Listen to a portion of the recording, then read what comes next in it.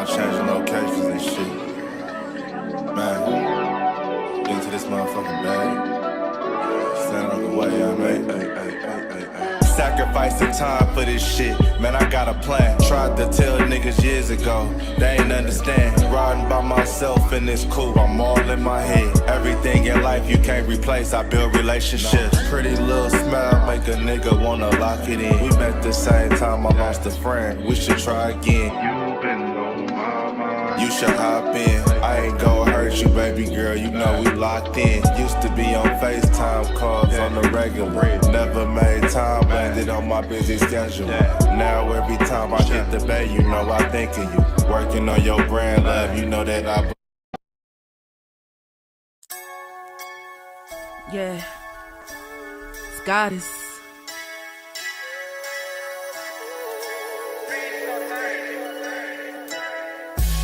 And I'm a day one type of girl. Ain't nothing wishy-washy over here. I don't jump around, stick to one side. Yeah, the silver, the blue, we got them in their feelings. That star on the field, come pay the D a visit. They say it's hatred, is it? I call it hate and simping. Cause if we wasn't that hating, they wouldn't be in our business. Listen, West Coast say the water tastes better. The fan base go harder, and all the ladies get wetter. Yeah, that's how it is when you straight reppin' for Dallas. We get it in the trap, and landlord tell us what's happening. No explanations in no shape, form, or fashion. When Henny drop the stats, ain't nothing else to be asking. Them numbers don't lie, that's why your argument dry. And we still got them rings, you got your eyes on our prize. Whether an eagle, a giant, or a commando, you in the parking lot crying, we in the Lambo. We stay in our bag, we run it up in the draft. You still talking about the 90s, so who's stuck in the past? Get off me, and I'ma need you 6 feet back. And we ain't hearing nothing till your team beat that. And we ain't scared of running, what you thought we bleed that? It's only one team over here, that's Cowboys, believe that. Yeah, this you got is the poet. Big up West Coast Cowboy, HTM Sports, and Landlord from Alabama. Y'all check them boys out. Now don't play around with the Cowboys content. Yeah, and you know it's DC. Yeah, DC 4L. 31 teams in the NFL. His system is designed to stop 25 teams. Shit, I need a linebacker that's over 200 pounds. I need a defensive tackle that you got to pull away from the buffet. He's gone, so no. Let's talk about that. But yeah, that's a large part. That's a large part of your I gotta team. make this point because I ain't gonna lie, I forgot about it until you mentioned it. So I gotta get this out before it flees me, and the nation needs to hear this.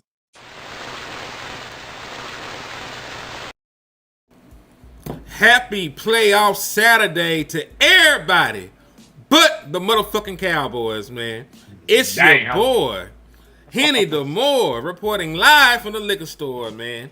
And I got my brother in here today, Landlord from Alabama. If you don't want to get slapped drunk, disgusted, you need something stronger, the trap is right around the corner, man. What's happening, man? What's Gucci with you? What's happening? Hey, man. We amongst family, right? Yes, we're amongst so family. We can keep this on the low, right? I mean, this, me, you, and about 31 other people in here right now. So, 36, actually. So, it'll be in between, like, 40 people right now, if you go ahead and say it. Now, what he had to tell us was probably so diabolical that his phone service cut off on him. You know what I'm saying? Like, what he had to tell us was so diabolical, his service plan wouldn't let that nigga speak. They took me out. They took you out. Yeah, I can hear you now, man. All right. I'm ashamed to say this, but the Cowboys playing in the playoffs is so unfamiliar that I didn't really even recognize NFL came on today. Hell yeah. And matter of fact, we're going to get right into this shit. The playoffs is that damn far from us. Listen, hit that like, hit that share, hit that cash app, hit that super chat, slap the fuck out of Shotty and Jerry Jones, tell them fix this shit. And let's start with a hard one then, man. You know, I'm not even finna play with y'all. Like, look at all these teams in the postseason. There's 14 teams. Almost half of the NFL goes to the playoffs every year. Your team did not do that this year. There's a lot of reasons why. But at the end of the day, you did not get the you know, the what's the word I'm looking for? The results. Not even results. You didn't get the honor of going because you ain't deserved that shit. You know, you get everything that you work for in life. You get everything that you strive for in life, and you put in the effort. Your effort was not good enough to make it to the postseason. So my question to start today, man, what the fuck could the Dallas Cowboys possibly do to make the playoffs next year? That's for you. That's for the chat. Like we need answers to this shit. How do we make the playoffs next year, man? That's how I'm starting the show. That's how I'm starting the show. I'm putting you on the spot, landlord. Matter of fact, what would have to happen? Yeah, what would have to happen? You know, over the course of this offseason, you know, for you to feel like the Dallas Cowboys will make the playoffs in 2026. Well, first of all, we need to figure out a way to put together a respectable defense. So, you know, of course, we know what we need. We need better secondary play. We need better pass rushers. And we need a better scheme, better defense coordinator. It's a lot of working pieces that need to be right. Like, we need a lot of things to go right, believe it or not. And because it's not no guarantee that a first-year DC going to assemble a good defense and they operate at the level they need to operate at to be successful. So, I mean, that's the best case scenario. We get a dope DC in here. He builds a good defense and they play good in year one. That's the best case scenario. We got to hit on the draft picks that we make. We got to make some dope trades. And all of this stuff is centered around the defense. So, yeah, to answer your question, we might need a little luck if we want to be successful next year. Now, it might not take as much luck as it sounds because we really just need an average defense to get to the playoffs, not to win it all. Just to get to the playoffs, if we can put together an average defense, I think we're a playoff team. So we got to go from historically bad to okay. How tall of an order is that? Because like how many? All right, so let's streamline this question. Defensively, with what you currently have, you know, with the pieces you currently have and the pieces that you currently trust, like how many pieces away defensively are the Dallas Cowboys from being average? From being average, yeah, just from being an average defense. Like how many more average, pieces? I think. See, it's really cheating because our offense so good, it's not gonna take as much. So we can be like, if average is 5, we can be like 4.8, and we still good because our offense so great. So I'll say a dope pass rusher and a premier corner. I think that'll make you an average defense. All right, so another pass rusher and a good corner, basically. It gotta be a dope pass rusher. It gotta be somebody that can win 1-on-1 quickly. Hey, George Pickens just made himself some money, by the way. I don't mean to segue, but George Pickens is officially a second-team All-Pro wide receiver. Yeah. Just came out. Who made number one? Jackson Smith and Jigba and he went crazy. And Puka Nakua. Okay, yeah, they went crazy. Oh, and Jamar Chase. So those three. He was behind Jackson Smith. Yeah, those were the three wide receivers that made first team. It was Puka Nakua, Jackson Smith and Jigba, and Jamar Chase. They were the 3 wide receivers that they chose for first team All-Pro. The 3 wide receivers they chose for second team All-Pro were George Pickens, Amon-Ra St. Brown, and Chris Olave from the Saints. Damn, Chris did that with no quarterback. I keep telling you that Tyler Shook don't give a fuck about how we feel. That nigga been hooping these past couple weeks. listen to what you said, and then Tyler put some logic on it. Tyler Shuck don't give a fuck. Yeah. No, what I'm saying is, you just said these past couple weeks. That's the important part of that statement. Yeah, he wasn't the starter at the beginning of the year. So I get what you're saying. Like you're saying, like they had some booty most of the time he was over there. Yeah, he did that without excellent quarterback play. We know Puka had excellent quarterback play. Even Jackson Smith had pretty damn good quarterback play this year. Yeah, Sam Darnold been great. Yeah, he's better than the other niggas because Sam Darnold was in MVP talks at the beginning of the year. His play fell off a little bit, but he still was a better than average quarterback. Didn't he make a Pro Bowl? I'm pretty sure he did the season they had him. Mm-hmm. Yeah, so kudos. I agree with you though in your assessment of what the Dallas Cowboys need, because like you were saying, the Dallas Cowboys were a great offense. Like they had some flaws, like they, needed to improve in red zone. They need to improve how aggressive they are on fourth down. They need to, stop turning the fucking ball over. I'm really just talking to you, Dalton. I almost said Dalton Show, Jake Ferguson. We do a lot of self-inflicted shit too. Yeah, go ahead. Because that, from my recognition, from my understanding, a lot of people blame that on coaching in the past. But, I don't know. Maybe I guess it's just the players now. Who knows? Hey, it should be coaching.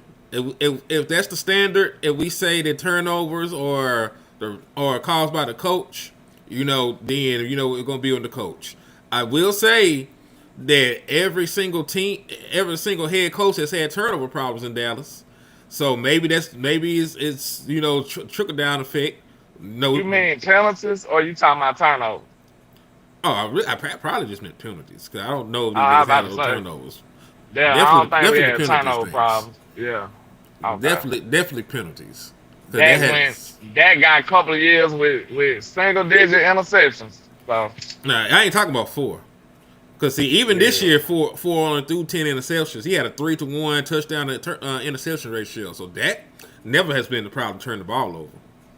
It's usually other niggas fucking up. It's other niggas turning drops into interceptions and fumbling the ball and shit.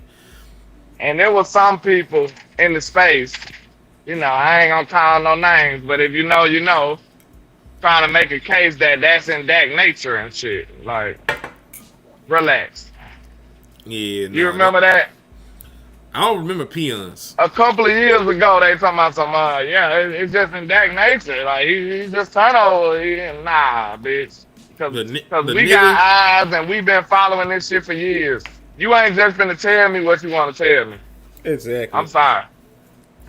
Listen, I'm a analytical guy. If my eyes and the numbers say the same thing, then goddamn it, that's what it is. Like this man got one of the best, touchdown to interception ratios in NFL history.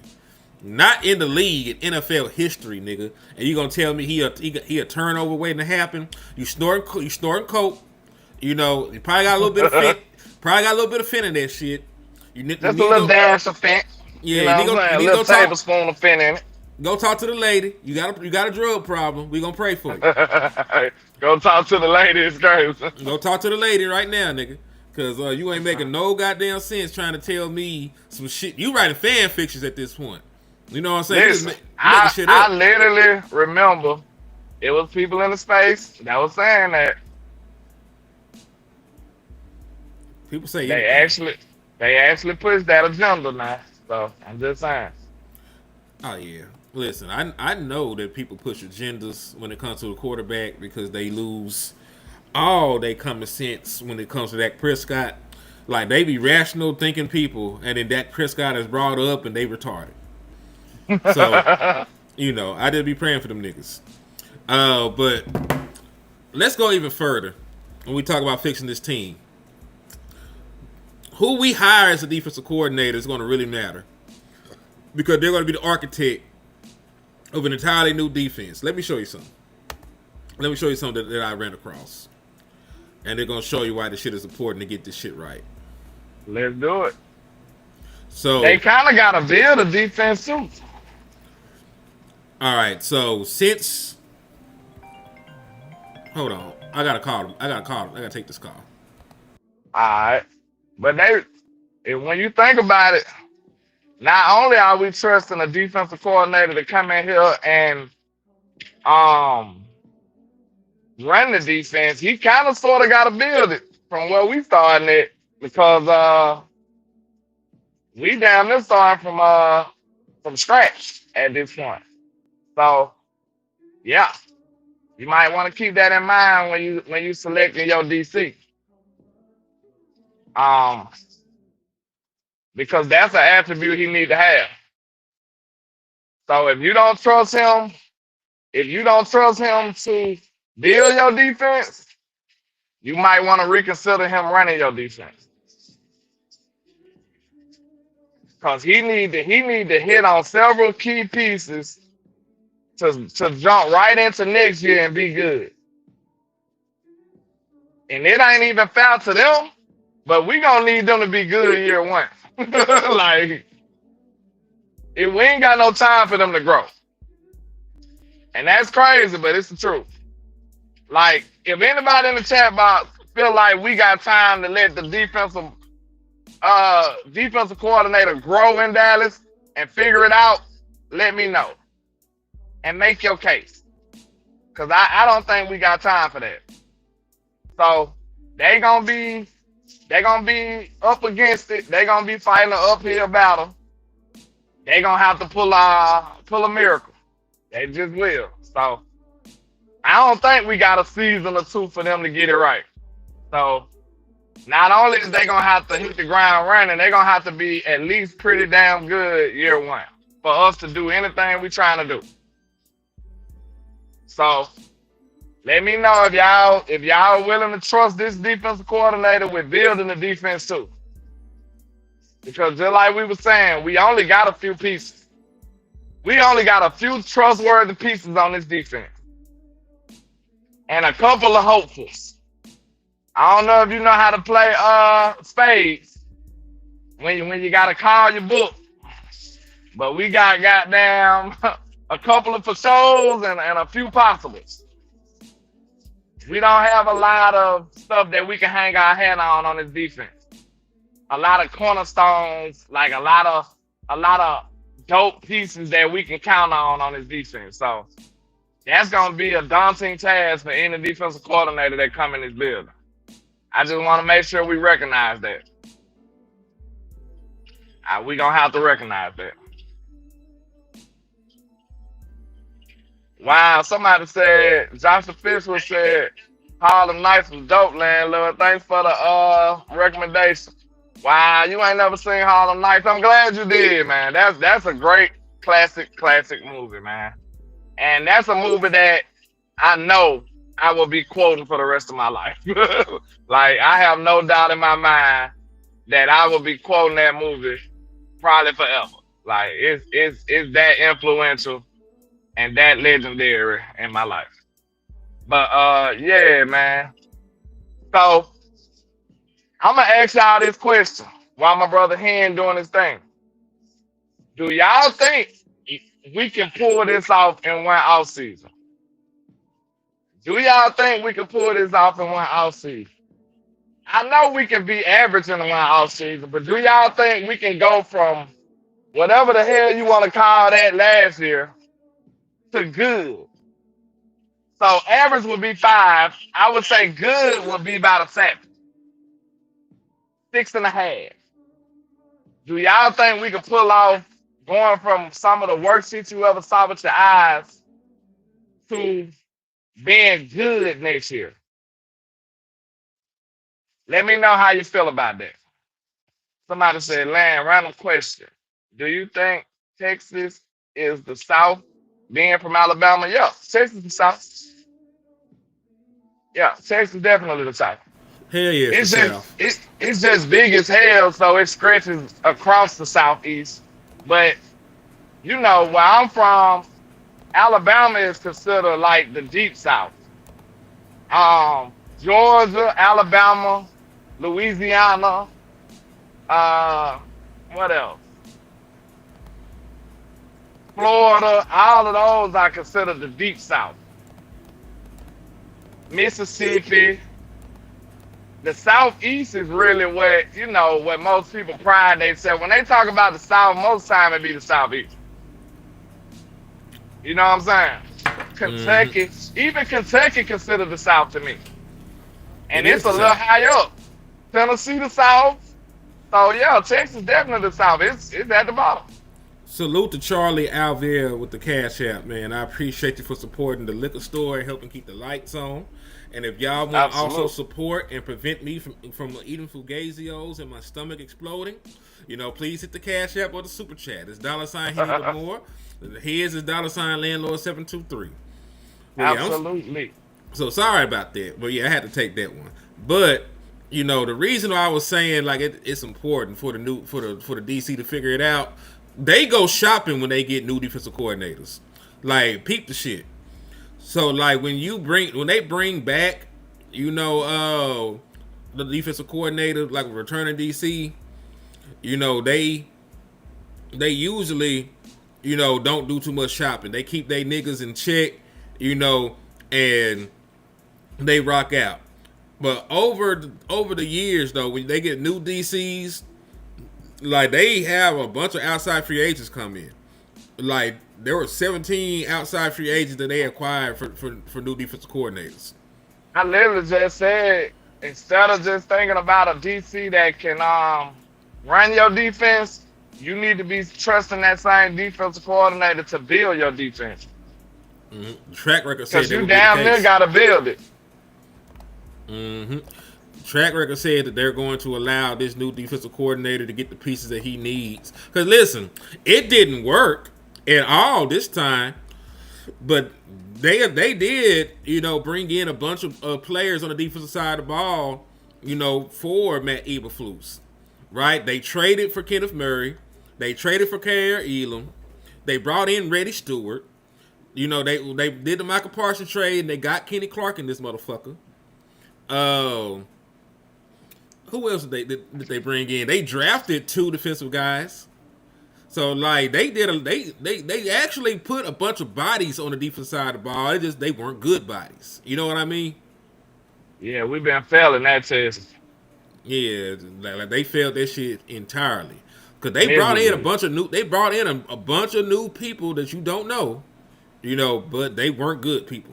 Like Reddy Stewart is all right. I don't think his cover skills are great, but around the line of scrimmage, he can make plays. Like he might be a box safety. He just don't know. I'm about to say that nigga a box corner. Yeah, he might be a box safety. He just don't know it yet, man. He might be his new career path to stay in the NFL. Real talk. Kyle Elam, his ass got baptized and then put out the pastor. Kenneth Murray became the poster child for ass, even though I don't think he should have been. Like, you think about bad football play, niggas were automatically thinking about Elam. Shit, I forgot about they brought in Jack Sanborn for that nigga. So they damn near redid the linebacker room for Eberflus, and that shit did not work. Jack Sanborn reporting for duty. Cause now I think about it, that nigga sound like he on a mission. But he was on a mission to be the worst linebacker that we've seen. That's the mission he was on. He succeeded. If that was his mission, that nigga succeeded like a motherfucker. Don't that sound like an android military officer or some shit? Like, he come to destroy and conquer. Man. Being really bad. That's what he came to destroy and conquer being bad. So I hold all the bad titles, nigga. Go ahead. And I was just thinking, because it was Kenneth Murray. I was just thinking about new linebackers. It was Kenneth Murray. It was Jack Action Figure Sanborn. Because he don't be going no goddamn well. They drafted Shamar James for this nigga. Then they made a trade and brought in Logan Wilson. So, and they had brought in old buddy Justin Barron. So they had got like 5 new linebackers for this nigga. He supposed to be the linebacker whisperer. He must not have been saying a goddamn thing. Shout out to Charlie on my side, too. Appreciate you, bro. Salute to Charlie, man. Uncle Charlie. But yeah, man. Right. Yeah, man. Why the nigga whispering wasn't working?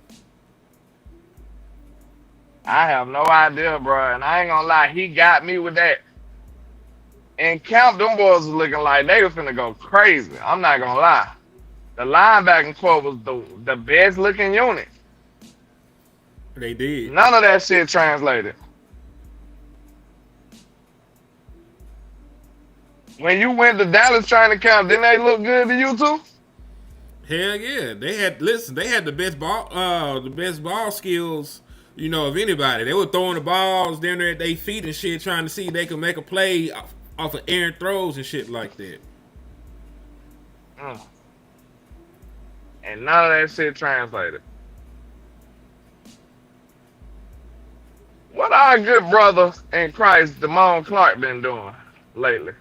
Man, that shit. He's just chilling on that on 2K and shit. I mean, he chilling on the bench, so if he got like a Game Boy or some shit, he might be playing Pokemon or something. But he chilling. He got to be on the bench to collect that check. Man, I ain't seen that young man in so long. Boy, you got to be shitting me. What? Cavante Turpin made an All-Pro team. They so full of shit. That's name recognition. Hold on, the real people vote for All-Pro, don't they? Yep. Bro, I don't know how the fuck that happened. Nobody else in the motherfucking me. Now he ain't getting cut. Because nobody else in the motherfucking me league must be doing shit in the return game for this nigga to be an All-Pro. We had 3 All-Pros, though. Only one. Bro, them last 2 games boosted him up, bro. Like, that shit fugazi, man. That shit fugazi. Brandon Aubrey was a second-team All-Pro. Cavante Turpin was second-team All-Pro. And, of course, George Pickens was second-team All-Pro. And don't think I'm just a hater. Like, I used to love Turpin. I'm your biggest fan if you doing good, goddammit. The day you stop doing good, I'm going to have to say something about it. Like, I can't say you doing good when you not. The hell you want me to say? Your boy made first team All-Pro. Who? Jack Campbell. I know. Shit. That nigga was hard, bro. Quinyon I and knew Cooper he was DeJean. that dude. Quinyon and Cooper DeJean from the Eagles both made first team All-Pro. Damn. And they were rookies last year. They were rookies last year, dog. We got to pull out something like that. But guess what they did for it, though? Gave up some big-time capital. Yeah, Quinyon was a top pick, and then wasn't Cooper DeJean. They traded back in the first to get him at the end, right? Who? Cooper DeJean. Nah, he wasn't no first-round pick. That nigga was like a second or a third. He's white, dog. They don't respect white cornerbacks. That nigga was he was a second. I'm not saying it's right. I'm saying there's a stigma around it. Even the Kelsey brothers were joking about the shit. They said playing cornerback so hard they didn't let white people try it no more. And then boom, guy said quit playing with me. He just made Cooper DeJean on the spot. That nigga went born in there. God just made him a full-grown human, like right then. On the spot. The Lord was chilling, answering prayers, and he was listening to the Kelsey Brother podcast. He like, you know what? There's too much disrespect for these white corners, man. Here's Cooper DeJean for you, man. Here's Cooper DeJean. And that nigga been hard. That nigga hard though. He was hard at Iowa, but They said, God said, let there be white cornerbacks. Man. That's a stigma, but like there's some good ones in the league right now. Like him, the boy that played for the Broncos. Like they're on the upswing now. He said, Henny, would you be opposed to drafting 2 corners with the 2 first-round picks if we don't use one for Crosby? Or if they're the best 2 players available, hell yeah. If there are 2 first-round corners that are worth me drafting at that point in time, I'd take them if they're the best players. Now look, I like that scenario too, because think about this. If you get one, you happy. You like, boom, I got my corner. Then your time come again.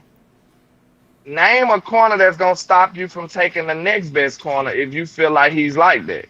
Nobody. On the team. Name that corner. There isn't one. There's not Exactly. a corner. Because Bland is constantly hurt, and when he's not hurt, he's not healthy enough to play well. My nigga Diggs is gone. Siobhan Revel, his knee needed a little bit more time, in the incubator. That bitch is not ready. So, and Baby C, they ain't got his nickname back. So there ain't a nigga on this team that gonna prevent me from drafting a gangster ass corner or two. And go ahead. And I was just gonna also say, if niggas worry about edge, we can handle edge in free agency. You give me Trey Hendrickson, give me Joey Bosa, give me Ottaway, from the Chargers, and you're set at edge. You got a pass rusher right there, if that's the case. If you just trying to get back to the playoffs, having Trey Hendrickson for a year or two, and then getting you two corners and sign Quinn and brother Quincy, you got you another linebacker, you should be all right. I got a scenario. So, okay, I know you be having a lot of stuff we be having to cover. Do you mind if we take a detour and play a game like that? Let's do it. Okay. In the words of our good brother Darkwing Duck, let's get dangerous. Let's get motherfucking dangerous then. So that before a lot of these niggas time, man. Hold on. They don't know nothing about that shit. They don't know nothing about that. Look, I'm finna start out off the bat on some bullshit. I'm gonna let y'all know. Alright. Your first round pick come up. This the scenario. Mm-hmm. It's a motherfucking tight end. It's old boy from Oregon.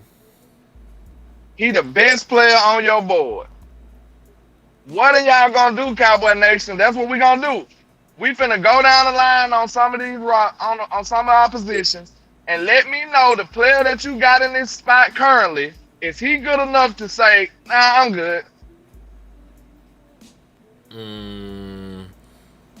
You know damn well. Let me know if it's a tight end that the Dallas Cowboys got the top player on their board. And remember, we got 2 first-round picks. Remember, it's 2 first-round picks.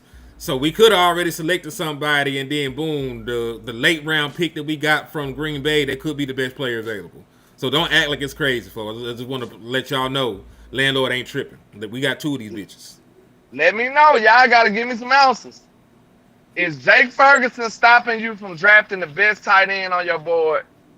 If he that guy, you ain't got to do no convincing on him being that guy. It's just the fact of, are you willing to say, we good, we got Ferg, or are you gonna draft your guy?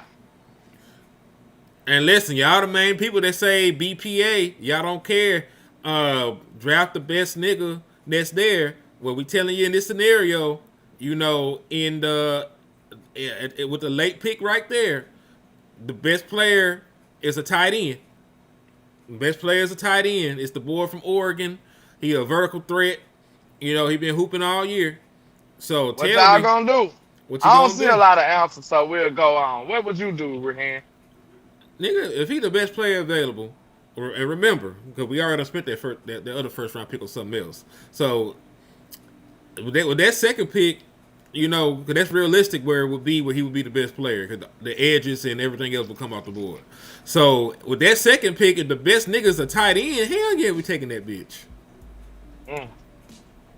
Okay. Now let's move along, because I'm taking him. I'm shit. He athletic and he like that. I'm taking him. Let's do another controversial position that you'll have to say, screw the guy we got there currently. Okay? This kind of easy, but we're going to do it anyway. If your number one guy is a linebacker, are you going to say, screw you, DeMarvion Overshawn, I'm drafting this guy? There's way too many linebacker spots for there even be a conversation though. Because you gotta have if we get a defensive coordinator in here that run a 3-4, you need 4 linebackers that can start. True. You run a 4-3, you need 3 of them bitches. They run nickel, you need at least 2. So even if Okay. Overshown is one of them niggas, you got room for another nigga. Because there's nobody outside of Overshown who's also like, Overshown don't play enough football. Let me just be 1,000 with y'all. Let's skip Overshown that one then. don't since play it enough ain't football. It ain't good enough. It ain't good enough because it's several slots. Yeah. All right. We trying to eliminate somebody on the team if we had to. All right. So let's say I'm gonna put you on the spot here. Yes, sir. Okay. Let's ahead. get dangerous. Mhm. Number 1 pick. Jordan Tyson is on the board. You have no Are you gonna choice. say, I'm good? Or are you gonna say, I'm drafting Jordan Tyson? I'll say this. I'll ask a real question. Is George Pickens a long-term Cowboy in this scenario? The answer is still up in the air. He on the tag. So okay, if his long term, like I said, so that's a no then. And salute to Chris Johnson on your end, man. He said Grand Rising with the 199. Salute, man. Appreciate your contribution. Yes, indeed. Yes, indeed. So you answered my question. That's a no. If like a tag is a 1-year rental, so if he is on the board, I'm drafting Jordan Tyson because I got Jordan Tyson for 5 years. You know what So I'm saying? you said yes then. Then why Yeah. you gonna say no? No, what I You just said said no and then went the opposite way. No, I was saying no to what you were saying because you said that Jordan Pickens' future is up in the air. And I said no, then he's not a long-term Dallas Cowboy. I said the tag is a 1-year rental. So if that's the case, then yes, I'm taking Jordan Tyson. I get 4 years of that nigga and a 5th-year option, and he's supposed to be the best wide receiver in the draft. He's real CD Lambis. You gonna threaten me with having 2 CD Lambs, nigga? All right, yeah, I'm taking Jordan Tyson. Okay, I see what you mean. Let's do another one. Cause I'm taking them too. The best. This too easy, but screw it. We're gonna do it anyway. Oh, The fashion best like player that. on the board. The best player on your board is a left tackle. Yes. We don't even have to go through anything else, yes. What the hell you gonna do with Tyler Godding? Cut Terrence Steele and move him back to right tackle. Save me $14 million. That's a thinking man right there. All right, got that mapped out. Like if we get a I tackle, see. somebody gotta die. It's easier for Terrence Steele to die because Terrence Steele dying mean I inherit $14 million in the will. You know, I don't want to kill a broke nigga, and we gotta do a GoFundMe to bury this motherfucker. I like this game. I want to I kill. like this game a lot. I want to kill me a Negro that's trying to leave us some money. You know, we gotta go ahead and knock out Grandpa. He been chilling with Methuselah and them. He old as shit. But yeah, like Terrence Steele can die if it means I get the $14 million and a starting left tackle, and I can put Tyler Guy back in his natural position. Okay, we still shooting from the hip. First round here, I don't know a player that will fit this role, but still, we just hypothetically. First round draft pick, DPA, running back. What you doing? That's a hard one. Running back. I'm talking about he is him Jones. Yeah, now see this the issue because I've looked in the running back class and there ain't no B Johns in this bitch. There's no Ashton Genty's in this hole. So I've already spoiled myself because I don't feel like these. I said it was hypothetical. Okay. But, So let's say that guy made a good ass running back for this draft on the spot. And salute to Joshua Fisher on your end with the 199 for your mind. 199 for your mind. For your mind. So hey man. So let's say that God, you know, just on the spot made one of these running backs we were talking about for this draft. Then yes, if there is a nigga like Bijan a nigga like Gills. There was a motherfucker like that in the draft. Worth a first round pick. I do it. People can say what they want, but if we really BPA niggas, and you got 2 first round picks. So if you really BPA niggas, you just need to go get the best motherfuckers, that's on the draft board. Now, again, this ain't even interesting on defense for real, because we need every goddamn thing. The only time it can get spicy is when we're doing it on the offensive side of the ball. Seems like it. You said Love, he's the running back from Notre Dame. I don't like that nigga like that. I'm not saying he's bad, but I don't think that he's like a generational running back or no shit like that. I think he's just the best running back in this class, and it's not a great running back class. You know what I mean? Like, it's not like there's an out. It's not even like he's a genetic freak like Ashton Genty or no shit. Like he wouldn't have been a first round pick this draft. I don't even know for sure he's better than Omari Hampton.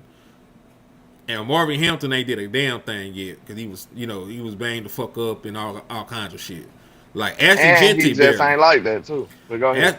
Nah, nigga, you ain't gonna play with my young nigga. But like for real, like this ain't one of them running back classes. Like the year me and Landlord went to Kansas City and they had all them gangsta ass running backs in the draft, that would have been a year, that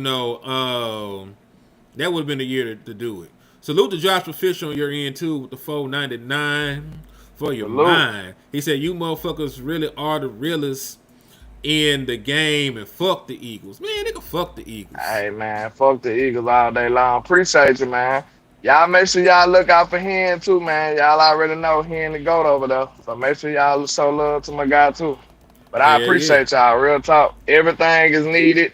Y'all know we do the most unadulterated, unfiltered, uncensored show in the Cowboy space. So y'all the reason we get paid, not anything else. Okay? Nothing at all. We have no sponsors. It was up to the sponsors. We would be eating Fugazios. Every day. Lunch, breakfast, lunch, and dinner. Also, remember this. This is our key saying when we do content. If y'all pay, we will stay. So you want the shows if y'all want the shows to last longer, make sure y'all donate. It's just like the parking meter. You gonna park somewhere, you're gonna have to put a little bit more money in the machine. So that's the mantra. If you pay, we will stay. So you want us to keep y'all know we can make up content all day long. So just let us know. Hell yeah. Straight like that, man. Oh, I appreciate that too, because Joshua Fisher did come and share the love. See, he put some money in the parking meter. He said, thanks for all your dedication, Henny, and always being genuine, homie. Man, y'all the genuine ones, we appreciate y'all. Y'all enable us. Y'all enablers, but in a good way. Y'all enable us to be real and uncut and unadulterated, man. So I appreciate y'all for the love and the support. And then y'all always be here too, man. A lot of y'all always be here. Mm-hmm. Don't think we don't appreciate that, man. It goes a long way. We really do appreciate it. And we know the ones who always be here, too. So, salute to y'all. Yes, indeed, man. Yes, indeed. So, yeah, man. Let's play the game. Let's do some tricky shit. I got one for you. Let's do it. Boom. We draft the best defensive player available in the first round, or with our first draft pick. One of the best quarterbacks in the draft falls all the way down to our 20-something pick. You taking that nigga to sit behind Dak for the last couple years, or are you just going to say, fuck it, we need to use all our resources to help Dak Prescott win a Super Bowl in this time frame?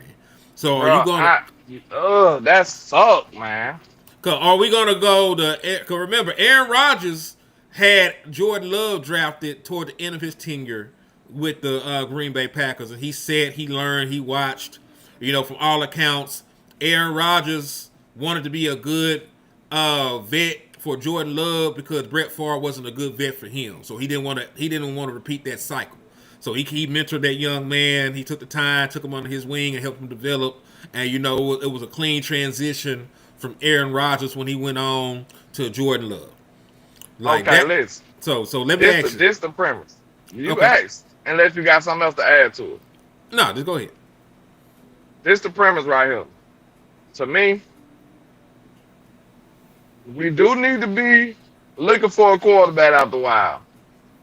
But in this particular timeline right now, if the Dallas Cowboys was to dedicate that high of draft capital for a quarterback, a first round pick, you might as well trade Dak Prescott. Swear to God. You might as well trade him. Swear to God. And just go and rebuild this shit. Just go and trade him, let him go free, rebuild, because you definitely don't need a quarterback next year. And then if you did draft one, you would be dramatically hindering your team for 2026. Exactly. So, yeah, if you was to do that, you got to get rid of. You got to let that nigga go on trade Dak the next day. You need to be trading Dak the same day because niggas got picks still. Niggas got first round picks still. Yeah, go get some picks for Dak then. Yeah, that'll be smart. Like see if before you even go to the draft, if it's on your mind to get a quarterback, you call the Jets or you call the Saints or you call Tampa Bay and you see what they're willing to package up to get Dak. And there's also, you're gonna have to see if Dak Prescott is willing to go there because he's gonna have to waive his no trade clause to go to one of those spots. So I'm with you, Ham. Yeah, so that's a brilliant idea. So I ain't even too mad at it if we do that. To be honest with you. Yeah, so that's what we're saying. If you're gonna hold Dak out anyway, and you're not gonna put the damn resources into him, being able to compete, because you need them. You really need all the help you can get on defense. So if you don't, go ahead, my bad. So if you don't, then it's a problem right there. But say if you go with a proven DC, a green DC, then yes, draft a quarterback. I was finna comment on the one he said Dak has to be open to a trade. Okay, so I promise you, if the Dallas Cowboys draft a quarterback with their first round pick, Dak will be open to a trade. I promise you this. Dak would be like, yeah, it's about time to go. Because that would be like giving up on fixing the team unless you finna mortgage your whole future and just trade a lot of shit to make the team better right now. But I don't think they're willing to do that. They never showed the willingness to beforehand. So, and salute to Sadiqa, salute to Common Sense, salute to 864 Cowboy fan, John Cofield. Big Time Show in the building. Salute to my brother. Big Time need to get a link while he really playing. Do. Yeah, what are you doing this morning, Pastor? What you doing? If you give the sermons, you need to be giving sermons on these Cowboys. They need all the church and all the guys they can get. Yeah. In fact. Yeah, with the Salute. But yeah, man, I agree. So if they were to go that route and they say, hey, we're gonna get a quarterback with this late round pick, somebody done failed that we really like, and we're gonna have him sit behind Dak Prescott. I agree. And I want y'all to know that's not all the way out the realm of possibility either. Because teams do it all the time. Just go ahead and prepare yourself. Like, that shit is very possible. He said send it. I'm gonna send it. Hold on. It's gonna be in your DM on Twitter. Hold on. Let's get the Big Time Show in here, man. Hold on. Wait a minute. Let me put some pimping in it. Hold on. Invite the guest. Copy the link. Send to.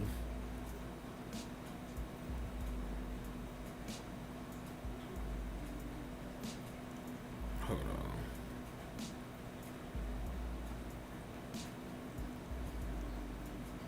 All right, it's gonna be in your DMs on Twitter, Big Time. I just sent it. I just sent it, so just click the newest link in there and come on in, man. Also, it looked like Matt Ryan just got a job. He became the head of football. He became the president of football for the Atlanta Falcons. So kudos to him. Now, see, I wish the Dallas Cowboys did shit like that for Troy Aikman, Because other franchises, like the Dolphins, just used Troy Aikman to find their new general manager.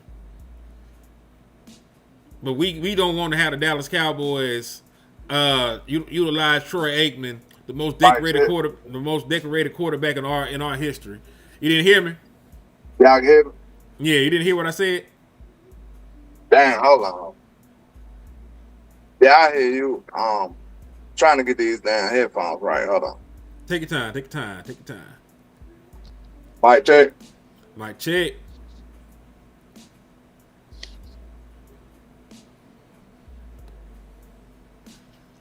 Can you hear Mic us? check. We Yeah, can we hear good. you. We Can you good. hear us? Yeah, we good. And Queso said, do you trade back at 12 for mid-20 picks and second rounder and next year first? I wouldn't. The reason why I wouldn't do that, man, is because I want the best players available. You know what I'm saying? Like, I don't need a whole bunch of okay players. I need a couple of really damn good players. Quality So I over don't quantity. really want to. Exactly. I'm not trying to trade back and get a whole bunch of they alright players. They got potential ass players. I need to draft the best available players in the first 2 rounds. Like if we get two gangster niggas that can make all pro teams with the first 2 picks this year, I don't care about nothing else. Cause that's more than you normally get in a draft. And salute to the Big Time Show in the building, man. How you making it? Man, what's up, brother? What's going on, brother? What's up with you, landlord? HTM, I'm popping in. I'm sorry I ain't showing my face. Hello to the chat. Present, I'm getting ready. My son is getting ready. He got me running all over Memphis, Tennessee down here. And they playing AAU basketball, man. Got 2 games a day. I am his Uber driver, and it's just killing me, man. But I'm blessed to do it. I'm happy to do it. So forgive me for my face, but just popping in, I saw on the link that said, here to say tap in. So I'm always trying to support all my brothers and sisters who try to do it even for 5-10 minutes. But as usual, just listening to you guys, y'all coming up with some ideas that a lot of people would shoot y'all down for. But the real truth of the matter is, I would bet that the Cowboys are thinking about it, especially that part when you talking about Dak Prescott. I would not be surprised. You know, they may not entertain it long, but at some point, you know, the real truth of the matter is you got to say, okay, we done had this guy for 11 years, and he is good, but can we do it? And if we can't do it and he's getting to the tail end, maybe we do need to look and maybe ship him out somewhere and get some more resources for him, because there are a lot of teams that would love to have him. I'm not saying that's what we should do, but I bet you that idea has entered into their room. So that's when I came in on it here. I don't know what y'all talking about, but I heard that part, and I agree 100% that the thought, at least, is in that building. You know who the perfect candidate is? Who? The Saints. Yeah. Okay, with Kellen Moore there, who else better know They got Kellen his Moore. offense better? Yeah, that's all you really And need that's to his say. hometown. That's his hometown. Yeah. And they got an all-pro wide receiver already. Yeah. Man, I don't really know. I know a lot of fans don't want to hear that and all this type of stuff, and I ain't even looking at the chat. But when you start talking about a decade plus, you know, of what Cowboys do, and if you really want the real truth, sometimes, man, we hold on to our stars a little bit too long. You know, Jason Witten, the Sean Lee, the Dez Bryants of the world, the Ezekiel Elliott's. You know what I'm saying? This is what we do. I mean, I love the loyalty, but at some point when you start talking about winning, you at least have to entertain some of this stuff. You know what I'm saying? Just for the future of the franchise. And landlord, you ain't said it. I ain't heard the word, but the part that I came in on, the real truth of the matter is we in a kind of like a seesaw rebuild. We got a great quarterback, but we rebuilding in other areas and kind of waiting on guys to try to reach Pro Bowl level while having a great quarterback at the same time. It's kind of backwards, but that's really where we are. Yeah, it's kind of productive. You're going to win on one end. You're going to have a quarterback that's going to be in the MVP race. But on the other end, your defense is going to be like, You see what I'm saying? To your point, Historically big bad. time. You just said something then, because think about this. Before this year even happened, pre-Michael Parsons trade, pre-Trayvon Diggs leaving, we was already having suspicions that this was a rebuild. Yeah, the Parsons trade show you. Ain't that crazy? Yeah, We that was was like the already Parsons saying that trade. it was suspicious, because you remember we was like, is they gonna sign Dak? We weren't sure if they were gonna sign Dak. And we like, man, they really low-key might be rebuilding. We was They already are. suspecting a rebuild. And now you let go Micah and let Trey out the building and all this on top of that? Yeah. You let him. Game on. Jordan Lewis, let Jordan Lewis walk. Let Jordan Lewis go. You let DeMarcus Lawrence. I mean, I understand DeMarcus Lawrence, but still, he still had gas in the tank. I'm saying you letting go of cornerstone in your franchise. I mean, guys that are proven, guys that still can play, and you replace it. Okay, if you're gonna replace it, okay, show me who you replaced it with. Okay, we see all the people that they replaced it with, and now you got to say, okay, you ain't really trying to you really are trying to be the 20th ranked defense in the league. You see what I'm saying? Because that's all what your talent really can produce. I ain't mad at no practice squad guy if he ain't playing at no all-pro level. He a practice squad guy. I expect practice squad things. You see what I'm saying? I don't expect him to be like Diggs and Bland and all of them. I just don't expect that. So when you look at the offense, they made sure that the entertainment level was there. Oh my God, this offense can win you a Super Bowl. Ain't no question about that. But you can't win the Super Bowl if you average 29 points a game, your defense giving up 30. And they saw that all year and didn't really do nothing about it. They did something at the end getting Quentin. But let's be honest, they were scoring 30 with Quentin Williams with that. You see what I'm saying? They was scoring 30 with Olsen and Kenneth Clark there because they didn't take care of the linebacker position and the secondary. And so you got to ask yourself when you come into the draft, okay, step by step, what are you doing different? And with the Cowboys, you got to take things step by step. For instance, little small stuff. And I'm quite sure you already said the East-West Shrine game coming in. Okay? You also got the Senior Bowl coming up in less than 2 weeks. You need to have a defensive coordinator in place to go down there. I don't need Will and Jerry and Steven evaluating players when you don't even know who your defensive coordinator is. You may like that player. You may like the player, but your defensive coordinator may say, no, that ain't what I need from my defense. I need to see the small step. If you ain't doing that, then we already head off to the same thing. So I need that. I'm taking the small step. Forget the draft. I ain't worried about the draft yet. I need to see you do common sense things. Have your defensive coordinator in place when y'all get on that airplane and go scout these players. That's all I want. If you ain't doing that, I'm already saying we're in for a long run next year. We be talking about the same thing next year. Same way. Hey, I do agree with you wholeheartedly because, like you were saying, man, you can't go out to the grocery store and buy in groceries and you don't even know what the chef finna cook. You know what I'm saying? It's kind of productive that way. And you are correct because remember, there's a proper order of operations. And even just forget the draft. We don't even know what kind of who the targeting free agency till you get a damn defensive coordinator. There you go. Because free agency come way before the draft. Yeah. And notice that if you go on that route, okay, let's see what they do. They've been looking at contracts all year. They already know they got to restructure Dak and CD. They got to make a decision about Steele. They already made a decision about D. Okay, you talking about freeing up all this money. Well, you got to do some things in order for the money to be free. So I should be hearing that there's been a restructure with that. I should be hearing there's been a restructure with CD's contract. So you can free up all this money. The Kenny Clark extension. I need all this to be done so that the money can be free and so that the people will know, not that you're worried about the people or not, but at least we'll say, okay, we got X amount of dollars to play with in free agency. Now we can go big game fishing. If you ain't done that and free agency start, then once again, I already know you finna shop for these Kroger free agents, these Candyland, these Sesame Street free agents that you always be getting at the bottom of the barrel. See, that I got to see. Go ahead. I'm sorry, let go.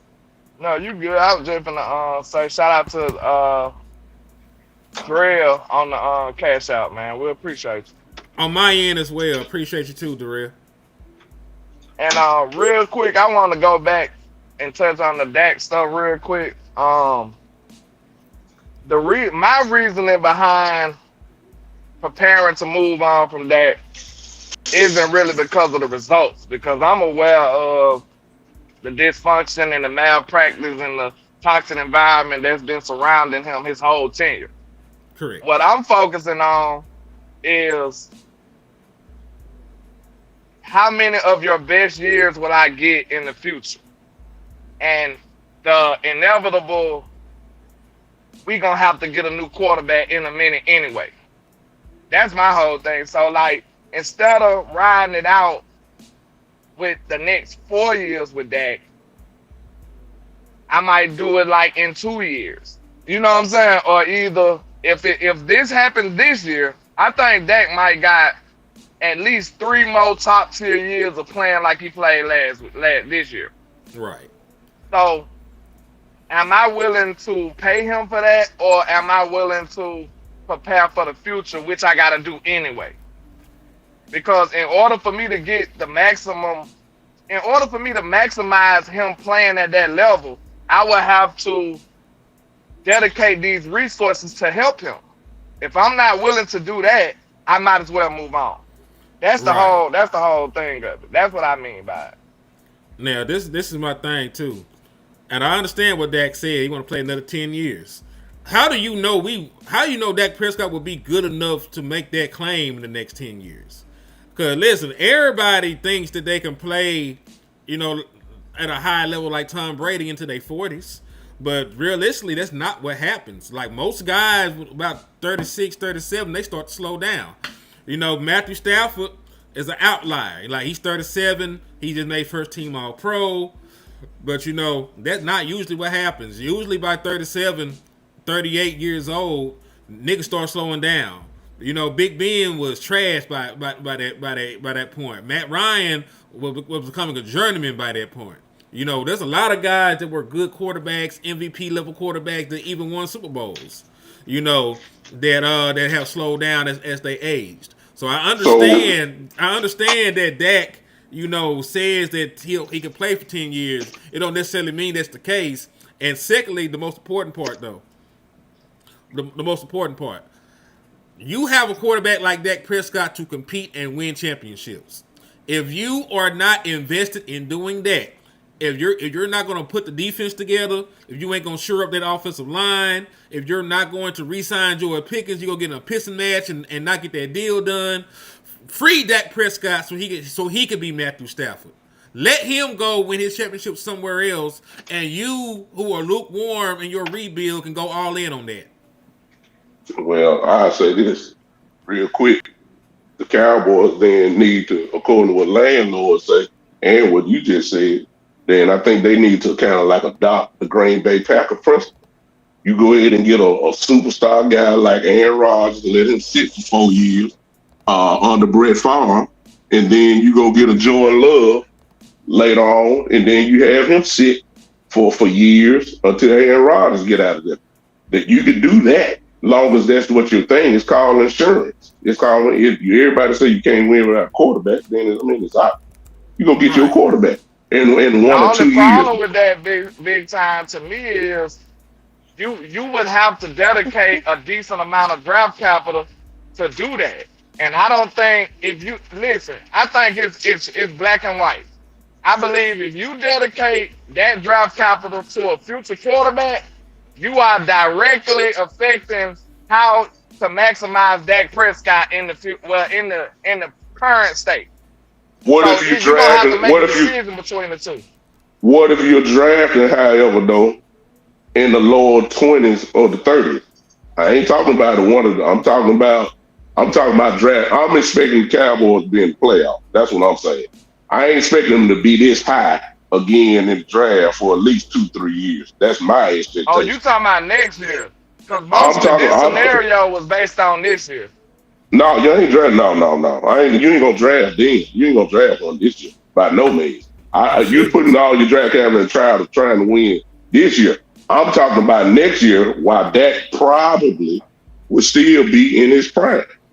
I'm still thinking that he's still gonna be in his prime. But you also know you got to make a decision on his contract or whatever you're gonna do, or you gonna, how long you gonna roll with this thing. Everybody's saying we got a window, and that came from the front office themselves.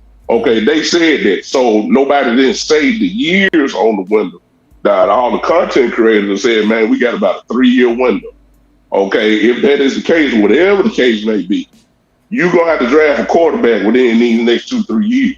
I'm saying the Cowboys make the playoffs next year. I'm saying they draft in the lower 20s, and that's where you can strike and get you a quarterback that's ready to go, and you have him sit under Dak. Dak smart enough to know the handwriting on the wall. He's been there a long time. You know what I'm If saying? you're talking about next year, then it's no pushback for me. This whole scenario we was talking about was this year. That's why it's so crazy, because it's like, because they had 2 first-round picks. Yeah, they had 2 Well, first-round picks. Well, if we going this year, I'm sorry for bitching out. Let me go this year. I said this last night on the OG show, and ain't nobody wrong. We don't have a second and third round pick. We got a first round. That means, of course, we drafted in the 4th round.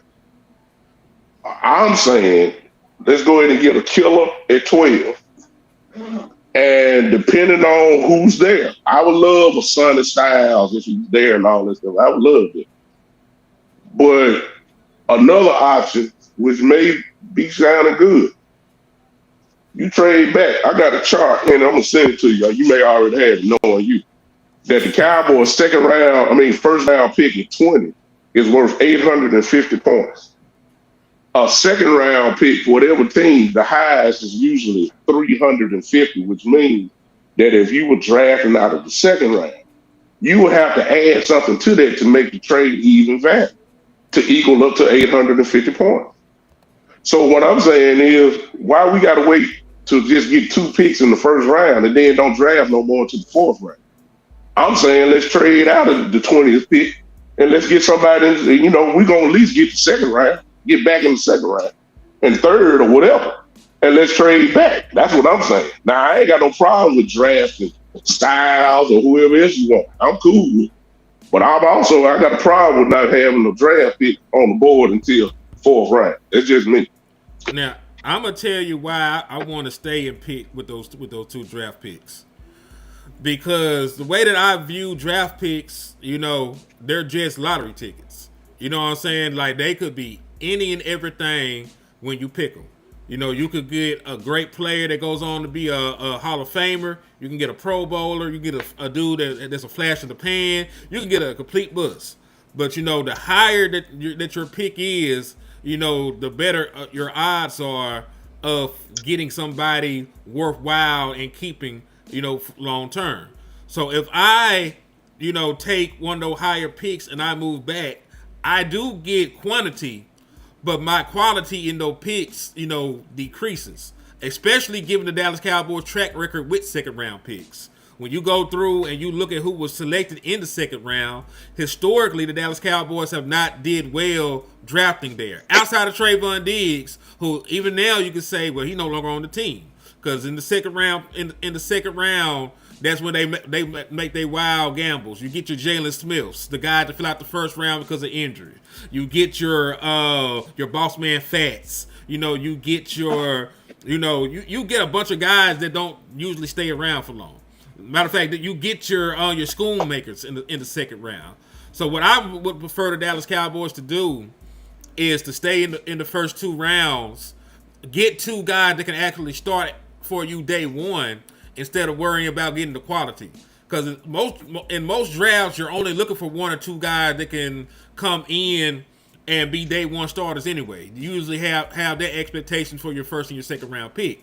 Since they don't usually hit on their second round picks to begin with, I'm probably safer right there in the back end of the first round.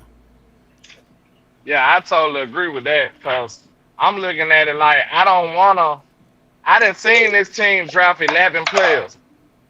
You know what I'm saying? Like, I don't want quantity. I want quality. I want players who I feel like I got a good chance on keeping them around and having them to be plug and play guys. We need plug and play guys. We don't need no projects. You know what I'm saying? Like, we don't need no hopefuls. We need guys who, when we plug and play them, you would be shocked that they don't work out or at least be decent players. That's the type of players that we need right now. Like I'm we don't even, cool. and I feel like Cool. anything other than that, if we going towards quantity, I feel like that's more future. I don't care about no. We need to be striking right now.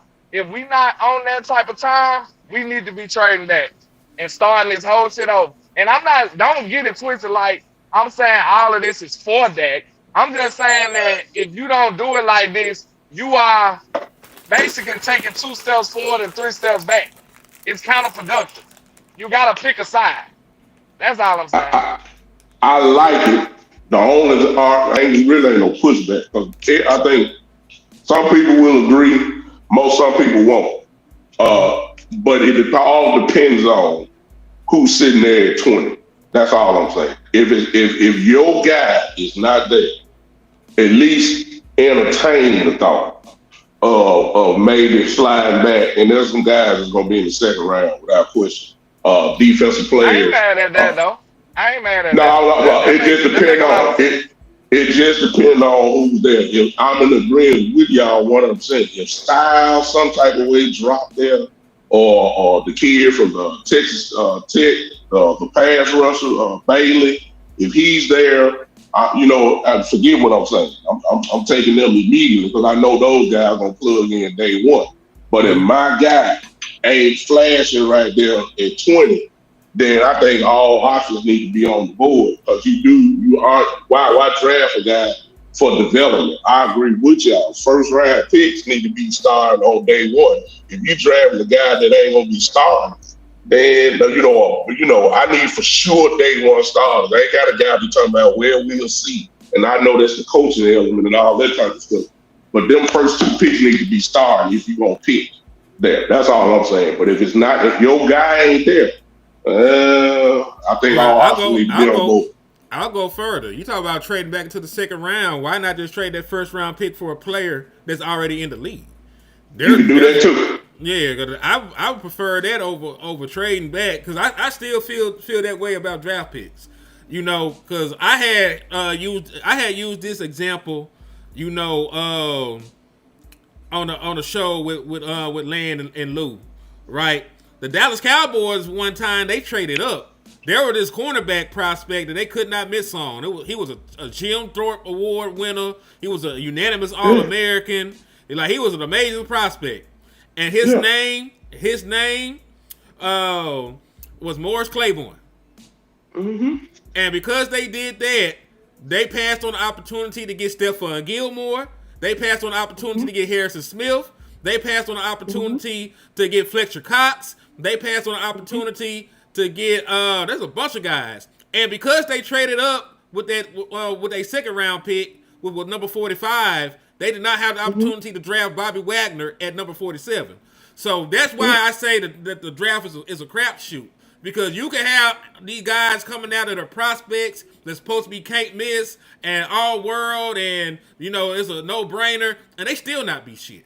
So, realistically, we having this conversation about competing now, I'd trade both the motherfuckers if I could get Max Crosby. Yeah, I thought we were living in a world where that didn't happen. Now, I would always prefer a proven commodity over a hopeful, for sure. Give me the bird in the hand. I don't care about what's in the bush. Henry just brought up something that was worth thinking about too as an option. If we're talking about trading at 20, it don't necessarily have to be draft picks. You can trade that pick and give me a player. That'll be an even trade. Now, who that player is? When I started thinking about the cornerback position and Bland coming off of surgery again, and he might be ready, but then again, we don't know what it's going to be. And then I look at the rest of the room. Me personally, I love the kid from LSU, but he a rookie. I love the kid. I don't want McCoy because he's coming off of ACL. I don't want that. But why not go get a veteran cornerback that can play immediately? That'll even out the trade. I'm just saying it could be a corner, it could be an edge, it could be anything. It don't necessarily have to be a pick. It could be a pick plus a player. And if that is the case, then you just sped up your progression on defense immediately because the cornerback room scared me. I don't see. Everybody. Yeah, I don't know who we got. You know what I'm saying? I mean, we right back at square one with cornerback position. If you be honest with you, I don't know who we get, and so that's why I'm saying if you want to speed up the process, somebody got a cornerback for sale right there at draft time that you can get that first round pick and trade the player with. So that's what I'm saying. It's options there, but if your guy is not there who you want, then I think we need to entertain it. That's just me. And I don't want a hopeful guy either. I don't want a rebel type guy. And this ain't no shot at rebel, but it's like I want somebody who is a bona fide first round pick. And like, you know what I'm saying? Like bona fide, like that's where he belongs. It's not like what he would have been if it was a filth, if everybody was drunk or this or that. No. Somebody who rightfully in the first round and they that caliber of player, I would draft that. I want that type of corner. And let's make sure that they ain't injured. We don't got to this trying to be a hero in the hospital room and all that type of stuff. Let's stop trying to be heroes and try to rehabilitate everybody. Give me somebody there and you ain't got the red shirt your first year, like Rebel, even though he played, but we all know he wasn't right. We all know he wasn't the same. We know he wasn't good like this. I'm saying we specialize in getting guys that's hurt and all that type of stuff. So that kid McCoy, who's going from Tennessee, the cornerback, who everybody loves and saying he's going to be a first round cornerback. Did not play at all this year. Didn't play at all this year, and that's the kind of guy that the Cowboys always try to get, trying to be hero. You know that's they need to change their philosophy real quick. Say what? I forgot. I got a bad mind right now. It's too early. Who? Booker. Who was my first round pick this year? Oh yeah, Booker. Okay. I'm up there trying to think. I'm like, Rebel win the first round. Donovan Mbaraku win the first round. I totally forgot about Booker. Okay. Real quick, salute to JR with the $4.99 for your mind. He said, damn deal, fellas. The move is trading players you plan on cutting with one of the extra fifth round picks to fill the third or second round. I mean, that's fine too. If you can find somebody that's willing to take Terrence Steele off your hands, you can get the cap savings and you get an extra pick for him. If there's somebody you're going to cut, go for it. You know what I'm saying? So that's fair. If you're going to cut these guys anyway, don't announce it. You know, go to these guys behind the scenes, see if you can get a late round pick for them, and you still can move them, save money, and get an extra pick for them. I'm glad you said that. Sign a new 7th round pick for Steele. He a tackle. You get like a 4th. Like he's not amazing in pass pro, but he run blocks well enough where somebody will take a chance on him. You know what I mean? Let me ask y'all this, because I remember last year around this time, well, it wasn't this time, but as we got closer to the draft, you know, y'all two put on a show with Boss and all of us. That was team trenches and y'all with team weapons. That was classic stuff. And I love the way y'all held 10 toes down for what y'all believed in. Man, it was super. We need to be running reels on this for. He was cooking. They done took my brother out. He was. Big, you back? We can't hear you. Damn, they doing my boy bad. But yeah, man. Yeah, I hate that. You said you need Terrence Steele. He's technically sound. You put Darnell Washington beside him. It's over. He's the biggest liability you got in the passing game, though. Yeah. I can tell you traveling because it just be breaking in and breaking out. Oh, okay. Hold on. Can you hear me now? I'm sorry. We can hear you. Can you hear me? Hear you now. Yeah, we can hear you now. All right. Mm-hmm. So there's a kid that is leaving. If he gets traded or cut, still that kid that you losing your starting right now. That kid in Miami is gonna be sitting right there because that's where he's projected to go anyway. Francis Mogala, whatever his name is. at right tackle. Y'all know how much the Cowboys love drafting first round line. Y'all know that. I'm saying that I would not be surprised at all, even with defensive players sitting there, that if they let Steele go, I would not be surprised if they pick that kid from Miami to come in and plug and play day one, which makes sense. But again, it's another rookie lineman, and I can imagine y'all right now going completely crazy, going crazy about drafting another lineman. Surprisingly, it just really would depend on what they did in free agency. So if they went out there, because like folks were saying in the chat, there's free agents the Dallas Cowboys can sign. Tariq Woolen is a former Pro Bowler. He'll be available in the open market. You know, he's a 6'4" cornerback. Jamel Dean is a Super Bowl winning cornerback, started for the Tampa Bay Buccaneers. He'll be a free agent. You know, Quincy Williams was a former All-Pro, and Quincy Williams' brother. He'll be a free agent. You know, Trey Hendrickson would be a free agent. Joey Bosa would be a free agent. And the Dallas Cowboys can create over $130 million in cap space by making some of these moves. So the real thing is this. You know, if the Dallas Cowboys are willing and dealing, they get a pass rusher, a linebacker, and a corner in free agency. They tag George Pickens and they working on that deal. So you at least got your number 2 wide receiver for another year, if anything. I would be open going BPA in the draft, even if that would be a tackle. And you know, when I say about cutting Terrence Steele, his money would go into the George Pickens fund. That's $14 million you save. So I actually wouldn't lose my shit if you drafted the best right tackle or left tackle if they moving right. The issues that we always have with the Dallas Cowboys is they do next to nothing in free agency. So now it's do or die when we get to the damn draft. You know what I mean? So if they handle their business beforehand and they got, you know, veteran pieces in place that can start for this defense, you know, and they got George Pickens shored up, even if it's just a tag, I can live with them taking a tackle because we still got another first round pick. I can live with that. Yeah, I'm not in no type of desperation for a weapon at this point. Long as we retain George Pickens, I'm cool. We good. We can use an upgrade at running back, maybe. But I mean, it ain't desperate no more. I'm not ready to fist fight them if they wanted to go for a tackle or something. We needed a tackle last year, to be honest with you. I felt like we might need 2 tackles last year. Like that was my whole thing. That's the only reason I was going against saying drafting Booker, because I'm like, our biggest problem is that tackle, not guard. And I think now we see that. We see that our biggest problem was tackle.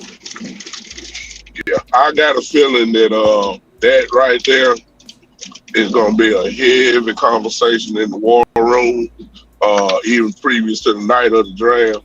I just think that knowing the history of how the Cowboys act when it comes to the draft and their love for offensive linemen, especially in the first round, it kind of fits on what y'all saying and what I'm thinking. Like, why everybody thinking we might be trying to go get a edge or corner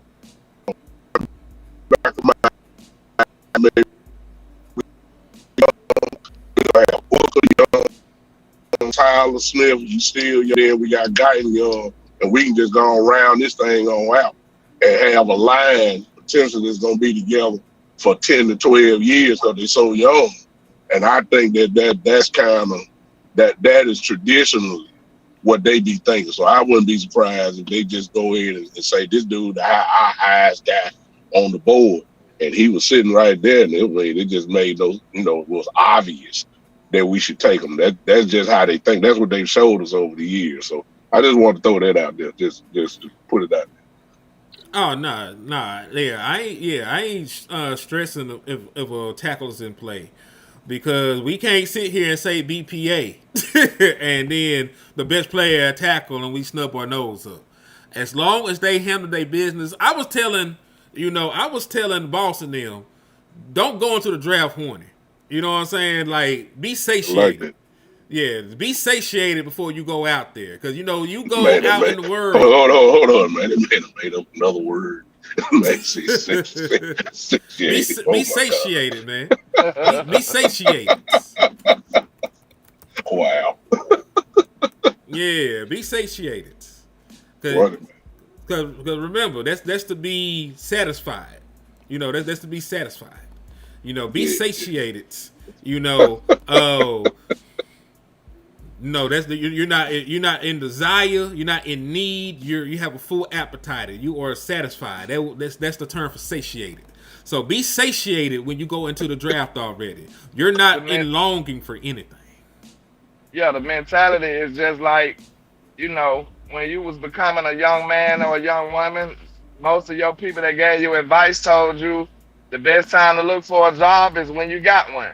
You know what I'm saying? So you won't be desperate or just taking anything. Now you got the luxury of saying, I respectfully decline. I'm good. I don't need that. I don't have to take that. I don't have to take that. You know what I'm saying? Because you're not desperate. So, yeah, it's the same type of mentality. Don't go in and check all the boxes. And I remember the first time we really did that, I don't want to bring it up, but, Mike McCarthy, that was his first year winning. Yes. We finally had a backup quarterback after never having one. We had a backup quarterback. He went and got Andy Dalton.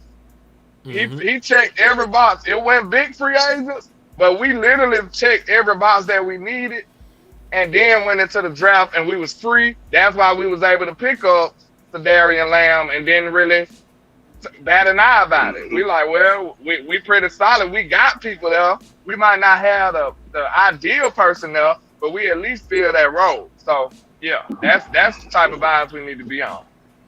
Mm-hmm. He said, "Damn, a lot of answers gonna be out." They had no choice, because that's proper team building, though. I know the Dallas Cowboys don't, and our fan base don't feel this way, but free agency is just as important, if not more, to team building than the draft, because that's where your veteran players are. That's where your proven commodities are. You don't bet your future on a 3rd round pick. You don't bet your future on a 5th round pick. You don't go into the draft saying this dude in the 5th round from Wichita State is going to start for me. That's not good team building. The Dallas Cowboys do that shit all the time, and that's why we end up in the situation that we end up in. So them having multiple years of neglecting free agency or just downright missing on the guys that they bring in, has led us to be in this state of affairs that we're currently in. So that's what I'm looking for, because I'm holding Shotty accountable for that as well. Like, you're in the building, you know what this team needs to compete. You need to be adamant about going out and getting veteran players for this defense, and then when it comes time to get into the draft and you're in the war room and you fighting a good fight, you can make more educated decisions on who you're going to bring in here, and especially with these 1st round picks. Like, you got to get these 2 1st round picks right, and you got to get free agency right. Otherwise, you are not going to be able to do what you want to do this year. That's make the playoffs. And I said this, I'm going to see what big time. Go ahead. No, you got it. I was just about to say what you thought about this this mentality when we picking this defensive coordinator. Like, instead of just talking about who can run a good scheme, we need a builder. We need somebody to build this defense. And then it need to work in 1 year. It need to work in 2026.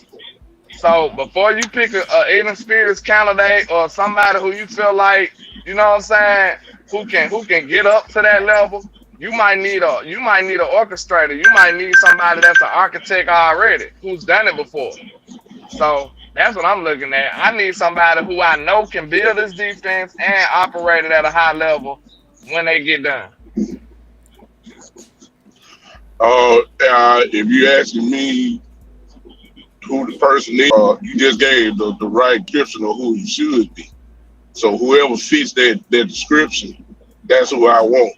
I don't want, guys like Jerry said in the press conference, talking about that he got a chip on his shoulder somebody's been knocked down, kind of like an underdog role and all that type of stuff. Happy We to be tried here, that for guy. years. Yeah, that type of stuff. We tried that for years and see where it got us. We don't need that. I need a guy that's established, that when you call his name, everybody in the league know, okay, they got the right one. That's what I want. So I don't care who that is. If it's Flores, I don't care if it's Flores, if it's the kid that Leonard, if it's him, I really don't care.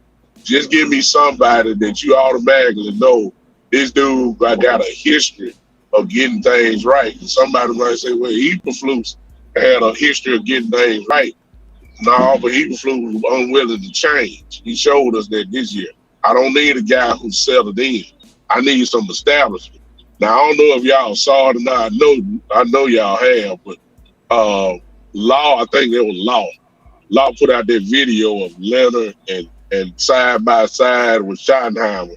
He'll say one thing and Leonard kind of says the other thing. And it was actually kind of eerie to hear how similar they sound. And it kind of let you know, okay, the Cowboys kind of already, it's kind of like right now, remember like what I said earlier, the Senior Bowl and the East-West Shrine game, that's two different bowl games. That's coming up before February get here. Look, the defense coordinator be in place. So they put out their list of 3 guys who on there, and Leonard was one of them, along with the other dude from Minnesota, which is fine. I don't care. Get somebody who Shotty is familiar with. We tried the Jerry's way. They wanted Eberflus. You see where we at in defense. It's nothing to talk about. Let Shotty go ahead and say, okay, this is my guy. I think I can work with him best. Go ahead and get the man the keys. Let him do the thing, and let's get the ball rolling. Because Leonard, if it's Leonard or if it's Flores or if it's the other guy from Minnesota, they know who and what type they need on the defensive line.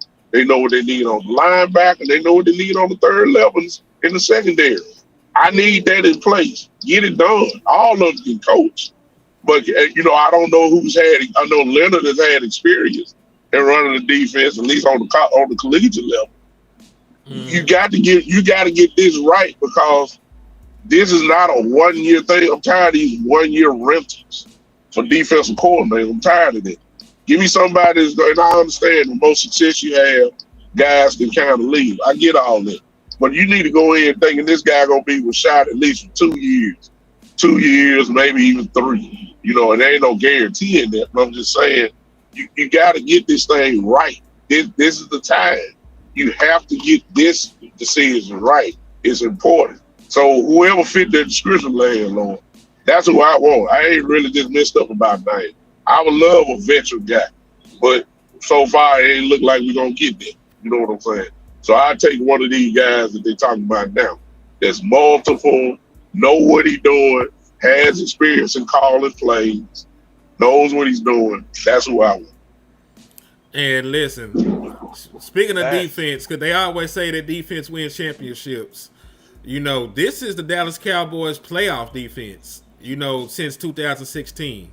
You're 25th. You're one of the worst playoff defenses in the damn league, in Dak Prescott's time here. You're the 25th ranked playoff defense. So it goes beyond just them fixing the defense and taking it into the playoffs. Dan Quinn did that. You know what I'm saying? Dan Quinn defense was good enough to get to the postseason, but it had flaws so glaring that when you got there, they were easily exploited. You know what I'm saying? So when we talk about an architect of a defense, and I know that I said what we need to do to just get back to the playoffs. When we get to the playoffs, I want to actually win too, though. Like, there's going to have to be a defense that is built with a little bit of substance. I know we had this conversation, like you can win with turnovers, but you're going to also need to be able to stop the run at least. Like, you could be a sort of a bad passing defense.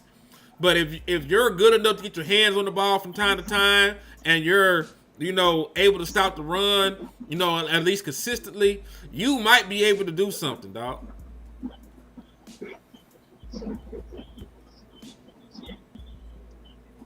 Yeah, that's exactly what we need, and I think that that's a place where the talent level is good enough, at least on the line.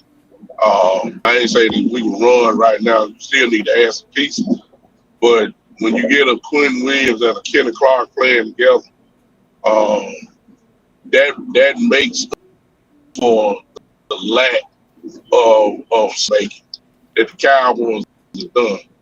When you got talent like that, kind of overrides bad decisions, they can make up for it. So the run part, obviously, we improved when Quentin came here and teamed up with Olsen and Kenny Clark. So that part, I think we're on a real good track. You just need to add some more pieces in the linebacker position. You still gonna need another edge that can get it done, but you add it to a solid foundation as far as run defense goes. That's where free agents and possibly the draft come into play. So we good on that part. We got to shoot up this secondary. We ain't got nothing back there. I mean, that's my opinion. We don't have nothing for real, and I think that we need to be looking at. I ain't got time, like I said before. I'm tired of practice squad. Walt Disney World free agents.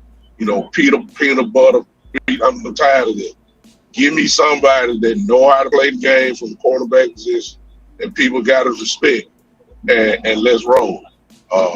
They may not be all pro. Give me somebody that is respectable, and I just don't trust me.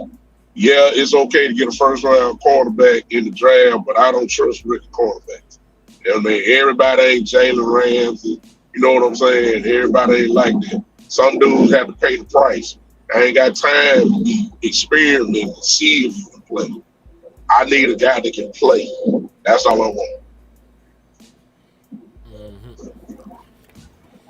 Lan, you ain't saying that in a second, man. You then kidnapped you or you Gucci? Land gone.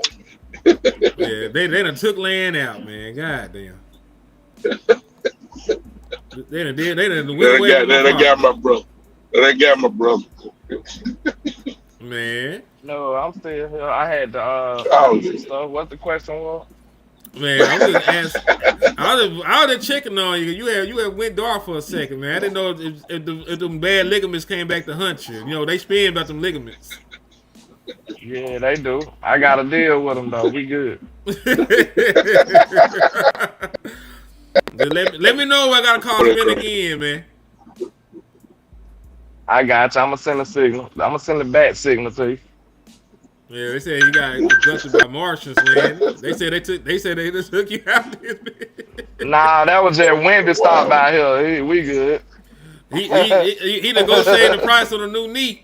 They saying Wimby, they thought it was an alien abduction. Nah, we good. Oh, Jesus, get me straight. Man, crazy. Oh my God. Yeah. Man, let y'all guys know, man. I appreciate y'all letting me in. I'm gonna get ready. My son get ready to get loose on this basketball court. Man, plug your channel, man. Plug your channel before you get out of here. All right, Big Time Show. The Big Time Show on YouTube, Facebook, Twitter. I'm everywhere. Just look for the Big Time Show. Most of you guys already know who I am. For those that don't, go over to the channel and subscribe. I might come a little bit later today, just maybe a little bit later today. Come on, holler at me, see what I'm talking about. Appreciate y'all guys. Hey, Big Time, make sure you tell him Uncle Lance said he got to do a triple-double today. We got you. He got 2 games. He got 2 games today. He plays AE ball with his team. They got a game in less than 30 minutes. And then he plays with his school team, and they got a game at 1 o'clock. He went to work last week. I believe 2 weeks ago. That's the last time they coming out Christmas break. Man, 23 points, 7 assists, I think he had about 10 rebounds, 2 blocks. He got loose on him. I said, okay. Oh, he going crazy. I said, yeah. I put him on if y'all follow my personal page, I got a few highlights on. He's going to be 11 years old. When you playing AU ball, you playing the best around the country. We was in Dallas last week, there, and man, the learning experience. He playing against some of the best, guys in the country at his age group. So, it's nice. You know what I'm saying? It's really nice to see how he progressed playing. So we're to see what he got to say today. I'm very anxious to see what he gonna do today. Already, good luck to him. Yeah. All right, Wish bro. him luck for me, well, man. Wish him luck for me as well. All right, brother. Y'all take it easy, man. You do the All same, right. brother. All right. So, Lan, Yo. what did you think about the press conference anyway? You mean the press conference? Don't do that. Ooh, bars. No. That was a Gucci Man level bar. You got to come better. He hating. But nah, what did you feel about the conference? Like, were there anything that you took away from that was very telling, or what? What did you take away from seeing that press conference? I don't think we ever actually talked about it. We did, but the stuff that was said, we saying it's not valid. Like, you talking about what Jerry was saying? What Jerry said, yeah, we said that's not valid, and I feel the same way. But it was said, so shit. Ain't nobody finna stand in my face and tell me I did something I ain't do. I'm sorry. I would have gave you a facial expression or something. Shot have stood there, stone faced as hell, and just took it. So hey, it is what it is. If it's the plan behind closed door, you go with the plan. Like I said, like we feel that Jerry Jones is lying because it's fucking Jerry Jones.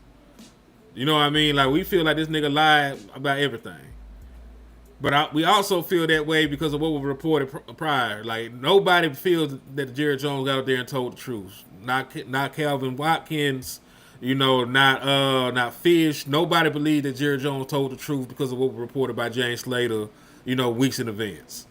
You know what I mean? Like, nobody believed Jerry Jones on that. But we all are educated people here. Like, we read 48 Laws of Power. And one of them laws, I forget the number because my attention span is like that of a gnat. But one of them laws is to never, outshine the master. Outshine the master. So, like, you got, like, that's the thing. Like, I don't be upset about shit like that because there's more Game of Thrones, theatrics and shit that go on in Dallas than anywhere else in the world. Like, you don't last long in Dallas being a righteous, righteous coach that come out and just forward and up front with the fans on shit. Like, you got to play the fucking game. So in Dallas, you gonna get treated that righteous, upstanding coach gonna be dead like Ned Stark. Your ass getting smoked before the season, first season, and it ain't even gonna be a season finale. Like that, they just gonna take you out. Yeah, it's fucking awful. And listen, Shotty want to keep his head where it's supposed to be. Because Ned was trying, all Ned was trying to do would be a good friend. That nigga ain't want nothing to do with that shit. That nigga went over there to help his partner.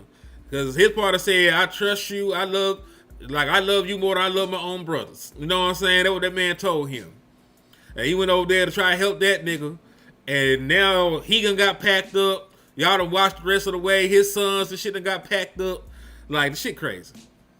But point being, that's what Shotty is right now. Shotty is trying not to be a pack. We were just smoking on evil flus. He ain't trying to be in the blood mix. But you gotta think about this though. At what point does your integrity kick in? Because I understand you trying to keep your job and not trying to be a pack, but at some point in time, it has to be a threshold to where you like, okay, I just gotta do it. Whatever happened, gotta happen after this. You seen Black Panther? What that nigga daddy told him? He said, what he said? He said, you are a good man. But it is hard for a good man to be king.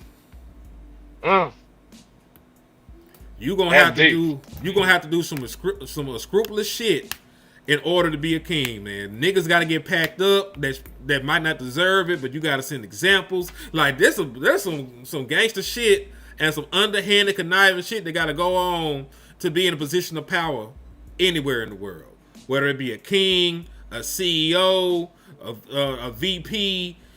If you got any level of power, you're gonna have to get your hands dirty at some point. Like, Shotty got to get his hands dirty. So listen, he in position to get his hands dirty right now. But you gotta hope in taking these bullets and taking this slander, and maybe go and get something you really believe in. You're gonna have to hope and pray that it's for in the end it's for the better good. Because I believe that's why most people last in Dallas more than 1 year. Like you gave some kind of concession to be up there with the devil, and that's Jerry Jones. Jerry Jones, in this sense, is the devil. You're gonna have to give him something in return for the power that he bestowed upon you. Jason Garrett gave both his nuts. That's why he was here for 10 years. Like you could say, Big Mike walked away with at least one of them bitches. He got one nut intact, but Jerry got one of them bitches. He was here for 5. We gonna see what Shotty's willing to give up. Shotty might give up his whole lower half to Jerry. That's what I'm saying. Mike gave up a lot, but he reached his boiling point after a while. So we gonna see what is the boiling point for Brian Schottenheimer. And in the end, though, like Shotty, like we said, Mike gave up some shit, but he did some shit for the greater good too. Like if he didn't make these concessions and he ain't tell this lie to get in here, he said and tell him he did this and did that, would he have been in position to draft CeeDee Lamb? That was a great thing that happened for this, for this team, drafting CeeDee Lamb, and drafting, whatchamacallit. But Trayvon did. In the same draft, we might need that level draft to flip this around in 1 year. Mm-hmm. So we need a Trey and CD type draft again, and that shit is rare as hell. So question: if that happens this year for the defense, if all the conniving and all the letting Jerry, rewrite history and shit, if that leads to them fixing the defense from input that Shotty gives, like or the input that Shotty guy gives, because they say that he's driving the ship and trying to get to DC. If it leads, Jerry also said that the player personnel don't pick the players too. So go ahead. Yeah. That's what he said. Now we're gonna have a. I'm just telling you what the man said. So we're gonna have to have a long conversation about Margie Smith for Schoonmaker then, because we said Will McClay was fucking up, or somebody said that Jerry was interfering. Like, who are these picks? Who do I got to? Somebody got to take the blame because Mike didn't want Margie Smith. So that's why I asked, like, how much? You remember when I told you about an unreliable narrator? Yeah. Jerry Jones is unreliable as a motherfucker. Yeah, when your source start talking out the side of his neck, now his credibility goes to the center. So yeah. So how much? That's true. So how much are we giving Jerry Jones? In the if a nigga's a known liar, why do I not think that you lying to me right now? You know what I'm saying? Like, your credibility is sort of shit. If a person told you they gonna give you $1 million tomorrow, and then they also said that they can fly, and you know what I'm saying, they live in a volcano, how you gonna trust what they said? Hell nah. But if that money hit and I see the nigga fly off after he hand me the money, I will assume that he flying out to the volcano. You know what I mean? Like, if two of the things happen and I don't see the third one, I will give you the benefit of the doubt for the third one. You know what I'm saying? Yeah. 2 out of 3 is a damn good deal. Yeah.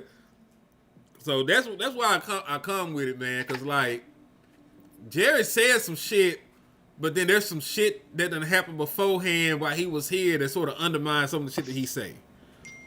Like player personnel, supposedly pick everybody, but you drop footage of going against Mike McCarthy when he wanted to guard, and y'all niggas overrode him.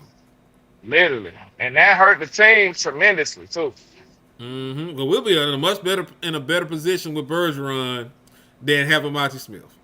And I bet you any kind of money Bergeron will still be on this team. Yeah. Didn't Bergeron make an All-Pro selection? I don't know. Let me see. What was Bergeron? Atlanta.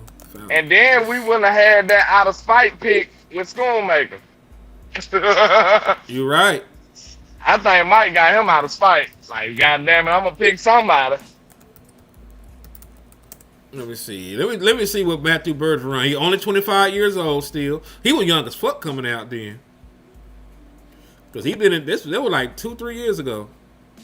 Second round pick, 38 overall. He done started 34 games. I don't see that he's an All-Pro, but it looked like that he's a starter at least. So they gotta count for something. Yeah, he would have still been starting on this team. Mm-hmm. And you wouldn't even draft the book. You wouldn't even need the Booker, would you? Nah, like if you had Bergeron here still, that's a need fulfilled. Because he would have came in. So remember, we still had Zach Martin. So he could have came in, got tutored. Matter of fact, he may be better having Zach Martin as a big brother. You know what I'm saying? Like, who was over there showing him how to be a guard in Atlanta? He would have ran that guy right up on the Zach Wayne too. Mm-hmm. I damn sure agree with that, man. I damn sure agree with that. Because he would have made it happen. They probably told Mike, nigga, we ain't finna drop no guard just so you can throw the ball, nigga. Screw that. They were hating on Mike. If we drop a guard, nigga, you gotta run the ball. Mike was like, all right, never mind. Like, He said, nah, you know what? Just go ahead. Do what you do. Yeah, do what you want. Hey, your boy is going to get his 5th-year option exercise, too. This is off subject. I'm talking about Bryce. Oh, yeah, as they should. Who they got to play in the playoffs? The Rams. Well, it's a home game. The Rams got to come to Carolina. Didn't Carolina beat them already? Yeah, they upset them. They should get their ass whooped this time, but who knows? We'll see. Who knows? When that game is? It's tomorrow, right? Let me see. I don't know what the games today are. I think it might be today. Let me see. NFC usually play on Sunday, though. No, this is the first game. They play at 3:30 today. Damn, I want to see that. And then the Packers play the Bears tonight. So the AFC games are tomorrow. Yeah, I'm going to be torn in. No, matter of fact, there's only one AFC game on tomorrow. What the fuck? So it got to be one on today. No. There's 3 games tomorrow. That's what it is. There's 2 games today. There are 3 games tomorrow for some weird reason. And then there's a game on Monday. So that's how they split it up. They always want to be extra, bro. Monday didn't used to be no playoff day, did it? I don't know. I don't recall. I don't think so, bro. That seems to be Saturday and Sunday. Did we get smacked up by Green Bay on a Friday or a Saturday? It was the weekend. That's all I remember. I blocked that time of my life out of my head. I was so distressed. Bro, listen. I just want to say that before we continue. This is, I swear to God, I was so sure that we were finna win that game. I literally was like, damn, I was scrambling about to go to Dallas to go to the game. Then I was like, damn, instead of doing all this, I'll just go next week. Mm-hmm. I was convinced that we were finna win that game and then play again in Dallas the next week. I was like, man, you know what? I ain't even gonna do it. I'm gonna just go next week. I had started pushing the ball. The ball started rolling to do this shit the next week. Mm-hmm. I remember this conversation. I definitely remember this conversation. And them niggas went out there and got decapitated. When them gay ass Eagles play? Tomorrow. They play Morning tomorrow. game. It's a fuck you game. It's at 3:30 tomorrow. The first game tomorrow is Bill Jaguars at noon. Jaguars been so. It must be nice to be having a successful season and be under the radar like that. Cause they done won like 11 or 12 games and nobody's talking about them. Nobody's talking about the Jaguars all year. You ain't heard shit about the Jaguars since the draft because they went and got old buddy. Listen, these niggas won 13 games, bro. Damn. The fucking Jaguars? They are 13-4. Wow. The motherfucking Jaguars. Bro, if the Cowboys would have won 13 games, that shit would have been all over the world. Pandemonium, nigga. Pandemonium. Nobody, I swear to God, I didn't know that. I knew they had a good year because I noticed it. I'm like, bro, the Jaguars actually been doing good because, you know, I always felt like trouble was like a time bomb waiting to happen, a ticking time bomb, just waiting to happen. After you beat the shit out of my team, I got a newfound respect for you. So when he destroyed Bama, I'm like, that nigga raw. So I'm waiting on him to just be raw, and it never happened. So now he's coming up his own, look like. Damn, it's his first real winning season, right? He had winning season before because they went to the playoffs. Remember I'm talking about a real winning season, like. Because I think they stumbled into the playoffs like maybe a 9-win team or some shit. It was something like that. They won a division, though. Yeah, their division was ass, though. They had Tennessee and who else? Yeah, Tennessee, Houston, Indianapolis. Yeah, Houston was bad back then, too. And Indianapolis. Yeah, all their ass was bad. Yeah, remember, I don't even think CJ got there yet, did it? I don't think so. That was like 2020. It was the year that they beat us. It was like 2022. And I had warned everybody about that game. And nobody listened to me. And they came all the way back and won that motherfucker. That shit was crazy on the last second interception. Yep, pick 6 for no goddamn reason.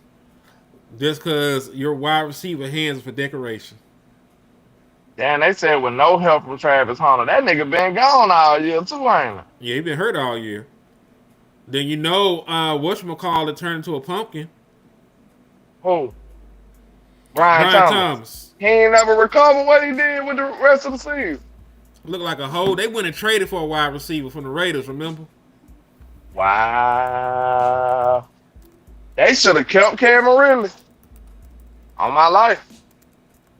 They should have kept Ridley. I hate Ridley went over there and went for the money. What kind of season he had? Calvin Ridley? Let me see. Yeah. A shitty one, I think. But let me see. I mean, he went to Tennessee. He went after the bag. He got a big bag, though. I feel him because he ain't never get a chance to get no contract. This nigga had 303 yards and no touchdowns. Really? Yep. He probably got hurt. Wow. That what that sounded like. Yeah, he only played in 7 games. He got hurt. And then you playing with a rookie quarterback, too. See, the year before, he went for 1,017 yards. He went crazy when he came back to me. The Jags should have kept him. He had 1,016 yards and 8 touchdowns. But I think the Jaguars were ass last year. I think the Jaguars were god awful. They had to be because they fired their fucking coach. You remember we were seeing glimpses of him, though, like, damn, really looking good. Last year, we were like, damn, we should have signed Ridley. I remember. Mm-hmm. Listen, Calvin Ridley would have been way better than what the fuck we put on the field. Last year, hell yeah. Hell yeah. He would have been way better than what the fuck we put on the field in 2024. Because the ghost of Brandon Cooks ain't shit. Ain't a goddamn thing. Then we had Michael Gallup.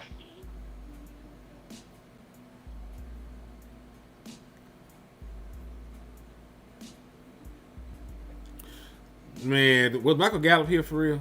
That seems like a fever dream. 2024, was Michael Gallup here?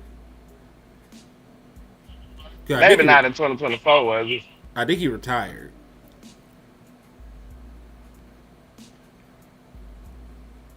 He might have retired, and it came out of retirement. I don't remember, but I pray that Michael Gallup's doing all right. Well, we definitely could have used a wide receiver like that. Good morning to Max, too, in the building, man. He said we need a cornerback, a safety, monster defensive end. That's some shit we can probably... Listen, I'm not saying that it's just simple or the easiest thing in the world, but we can definitely address some of this shit in free agency, bro. I'm not saying that you're going to get the god of pass rushers and no shit like that. Safety should be. Yeah. Who are the safeties on the open market? Thank you, B-Bird. You're right. Michael Gallup was gone. Michael Gallup last year in Dallas was 2023. But yeah, there should be some safeties on the open market. Because I know we want Caleb Downs, but the odds of that nigga falling to us at 12 is... It's kind of hard to see a nigga that good just falling. It happens all the time because of his position. But if Caleb Downs is there at 12, that has to be the pick. You got to run up there, turn the card in, and then run away like you just hit a lick. You got to run away like you just robbed a nigga bareface. That's what you got to do if he's there on the board at 12. How many teams above us need a safety? Or is he so good it ain't gonna matter? He's that good it shouldn't matter. Like he's going to be an All-Pro at the NFL level. He's going to be an All-Pro at the NFL level. That is funny. He said Justin Simmons incentive number one. Why is Justin Simmons? Why did nobody ever kick the tires on Justin Simmons? What's wrong with Justin Simmons that nobody is giving him an opportunity despite him? He's older, but Kevin Byard just had an All-Pro season at the same age. I think Kevin Byard might even be a year older. They don't like that nigga. Yeah, this nigga made 4 All-Pro teams. So I'm trying to see what's wrong with Kevin with this man right now. Can he not run no more? I gotta watch this film from 2024.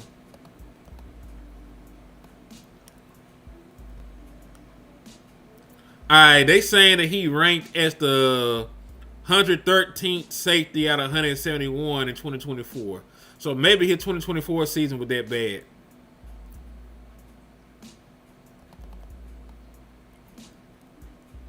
Maybe his 2024 season was that bad, but who knows? I don't want to take.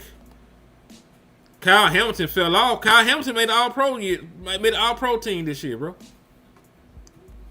Like the Ravens as a whole fell off.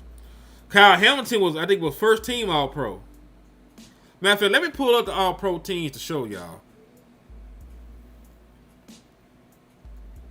Because there's a lot of niggas on there. Like he made the All-Pro team this year, I think. Hold on. Oh, also, this is important because it affects our whatchamacallit. If Green Bay loses and Carolina wins, our pick is number 19 overall. If they both lose, our pick is number 20.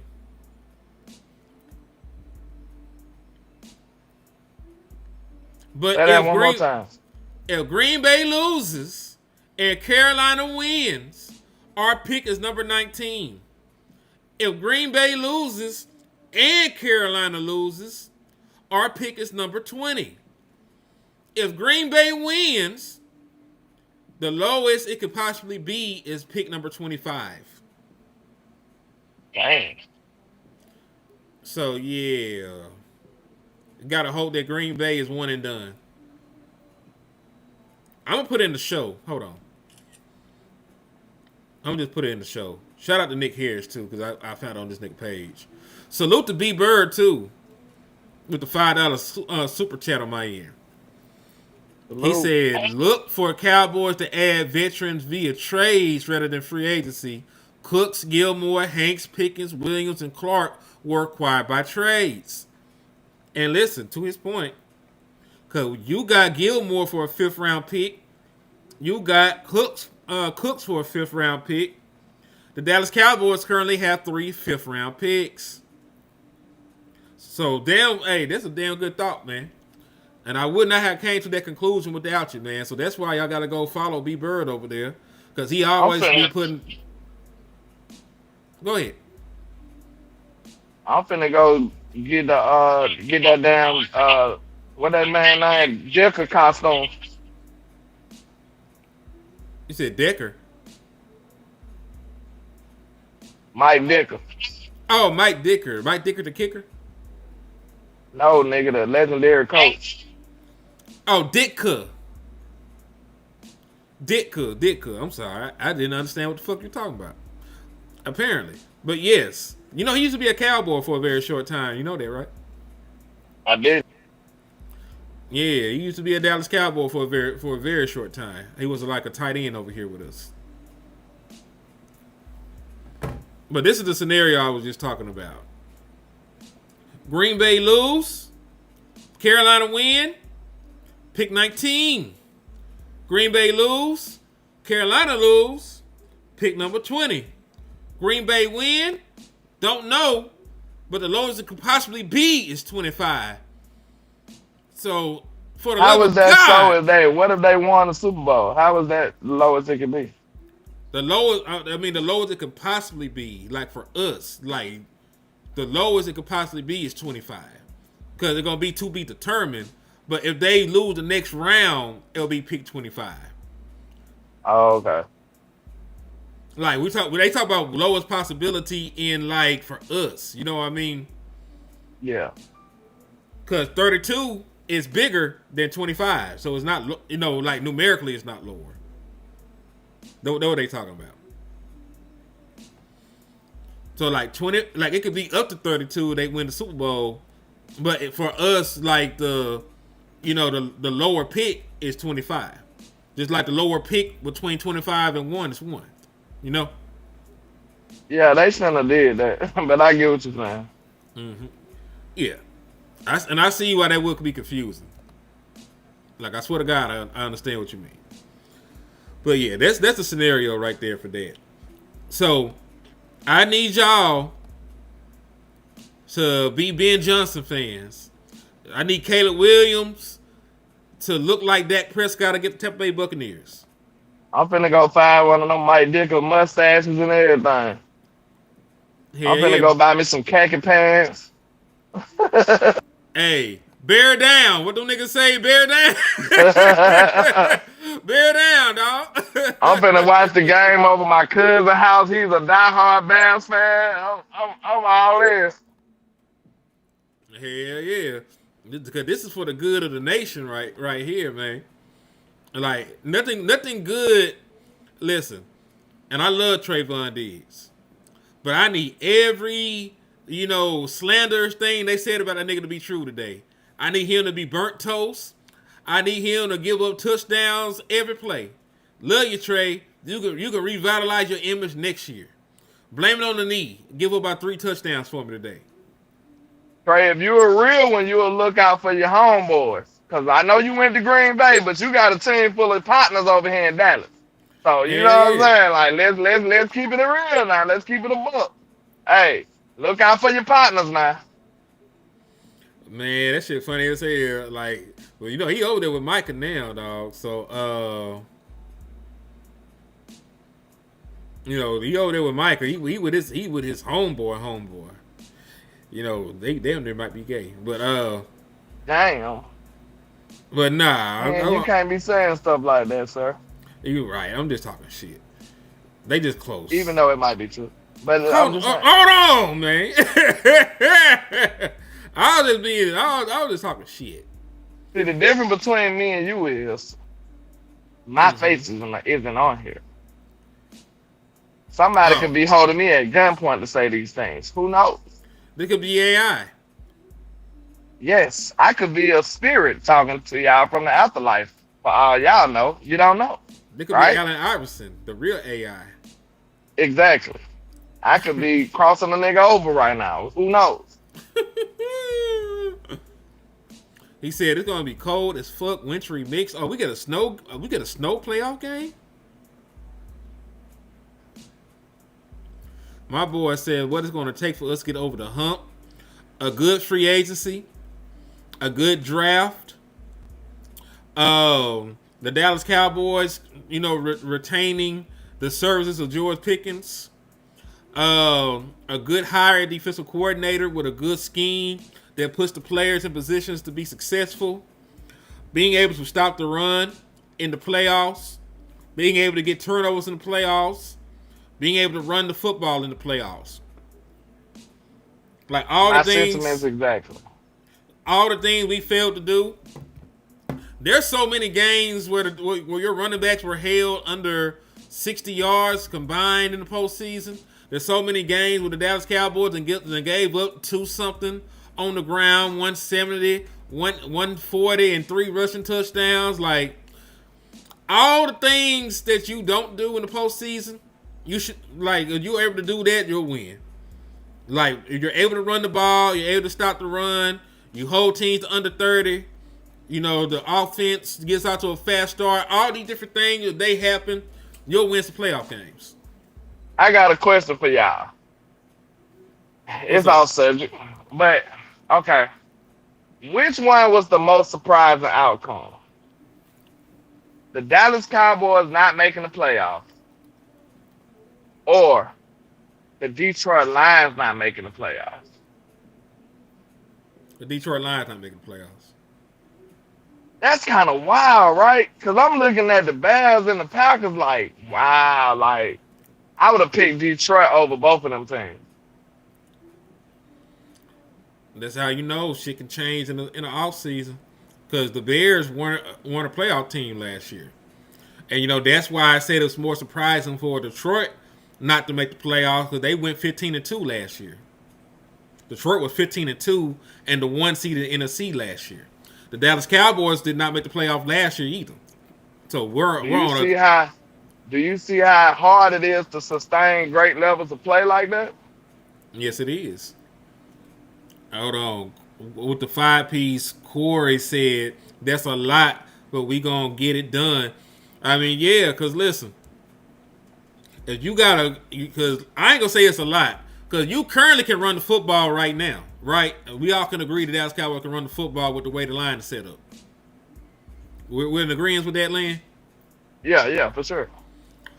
Like, you were a bad secondary, but you were stopping the run for the most part. You were like a top 2 or 3 team in run defense the second half of the season, correct? True. All right, so those 2 things, you just need to take that into the playoffs. Now, if you can fix your passing defense, you get you another pass rusher, some better secondary players. You don't have to be the best passing defense in the world. You just can't be one-play touchdown, artists. You just can't be that this year. You can't be give up a 3rd and 20 ass defense. You get teams in 3rd and long, get off the field. You get a couple turnovers. Like, you just need to be a middling pass. If you're a middling passing defense, a very good run defense, and you're a good rushing offense, you'll win games next year. You'll get to the postseason, and if you play that brand of football to where you try and jump out the leads and you force them to put the ball in the air to where you get more chances to take the ball away yourself, like, good things can happen at that point. But you have. Then when you think about it, mm-hmm. Go ahead. No, go ahead. You good?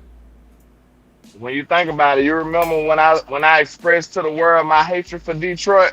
When landlord hates you, nothing good will happen for you. Okay, I am one of God's favorite children. I promise you, He loves me.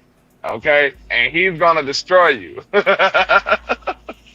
Detroit they was in shambles after that. Screw y'all. I told y'all, they the biggest op. They the top op now. They been the top op because they hoe ass niggas. Like, them nigga hoes. Them nigga hoes. They do whole shit they do whole shit just to be hoes. Like, they knowingly do whole shit. Landlord, hey, Corey finna sing you something, Lo. Hey, man, I appreciate you, my guy. Salute. Salute to Corey. Salute to Queso, Nigel. And to Queso Salute point, to everybody still rocking, man. How long we been on this show? He ain't had me working like a Hebrew slave. 2 hours. Look at him. He ain't on. Hey, you a terrible supervisor. Listen, we only got 2 more I hours give to you go, the title because you running the show. You the host. So hey, you the supervisor right now. Listen, we only got 2 more hours, landlord. It's gonna be all right. Shit. Nigga, I'm finna fake it in. I'm finna pull a Trayvon, nigga. My back hurt. See, this is the beautiful thing about it, landlord. If your back hurt, that means you definitely ain't got nowhere else to be. So you might as well just lay your ass down there and keep talking. Nah, see, my back hurt, so I fell and hit my back and then bumped my head, so I'm concussed too. So I can't be just talking all day. I gotta go. Yes, you can, because you talking now. Yeah, it's for a limited time only. It's just like all them old commercials. Everything was a limited time only. They was Everything lying must go. You go there a year later, you got the same shit. For a limited time only, you can get this for 80% off. Like, why would you even tell us it's 80% off? Why you just ain't changed the price then? Shit. But listen, y'all. 80% off. Like, you crazy. Hey, Corey just hit you on the super chat, said, my guys, appreciate you, Corey. Hey, I appreciate you. Hey, what y'all know about them panhandling negotiations? them panhandling negotiations be funny as hell. He started out, give me 300. He's like, hell no. Nah. He be like, but I'll take 100. Like, God dang. All right, you got the whole 200 off that shit, huh? Bro, no lie, somebody just did be like that. When I was in Miami, I was trying to valet park. I pulled up on one, that nigga said 200. I said, no, I'm good. I pulled off. Then another dude said, give me 300. I said, oh, hell no. I started about to pull off. He said, I'll take 100, bro. I'll take 100. he got that shit down $200 quick. You gotta show them that you're willing to go. You gotta show them you're willing to drive away, my nigga. They'll get right. We don't need you, nigga. Like, this is not something I need to live. And remember, y'all, salute to Corey. But what is our mantra here? If you pay, we will stay. So you want the show to continue because landlord is running out of steam. So I need y'all to hit landlord. I need y'all to hit landlord Cash App. I need y'all to hit landlord Super Chat. I've been up since 4 a.m. Yeah, we need to rejuvenate landlord. So hit his account, hit my account, hit the share, hit the like. You know, slap the fuck out Jerry Jones and Shotty. Cause you know that might not make you do a backward flip when you're exhausted. Man, listen, landlord did a whole backward flip and he threw an orange. He turned to an orange. I did my best Joe Milton impression on y'all. Yeah, so if y'all want to shake landlord back from the verge of death, hit the Cash App for landlord. Hit the Super Chat, man. We gotta get him right. We gotta get him right. The landlord be trying to dip. Look at hands flinching again. One TAA. Landlord be trying to dip. Hey. I be sending messages in the back chat like, hey man, like, hey, nigga. I got like 2 minutes left, nigga. He said, he be hitting me like, what you finna do? that nigga hand be leaving me on red like. I like, hey shit. bro, I need to leave in a minute. That nigga don't even look at the shit. No. I like shit. He like what you finna do, nigga? The show. That nigga holding me hostage, so low key. Man, but yeah, hit landlord's Cash App and Super Chat, and then after what you got left over, you can send to me. We trying to stay on the show a little bit longer, but you know, landlord, we trying to escape. So let's ease landlord mind and show him that we appreciate him. You know, not dealing ligaments on a Saturday. Hey, John, you know I'm the best orange chucker this side of the Mississippi, sir. Hell yeah, he a orange chucking, back flipping Negro. Orange chucking, back flipping Negro. Orange chucker, it's crazy. He said, I'm back in Texas and got my pimp hand set to slap them both. Yeah, you gotta slap the fuck out Shotty and cause listen, we can't blame Evil Flus no more. He gone. Yeah, you know what I'm saying? Y'all put all the dope in his car. He gone now. So that boy won't never see the light of day again. That nigga doing 25 to life. Like doing 25 to life right the fuck now. So listen, since he's dead, the only niggas left is to blame Jerry and Shotty. And if this new defensive coordinator is bad, you can blame Shotty, because Shotty hired him.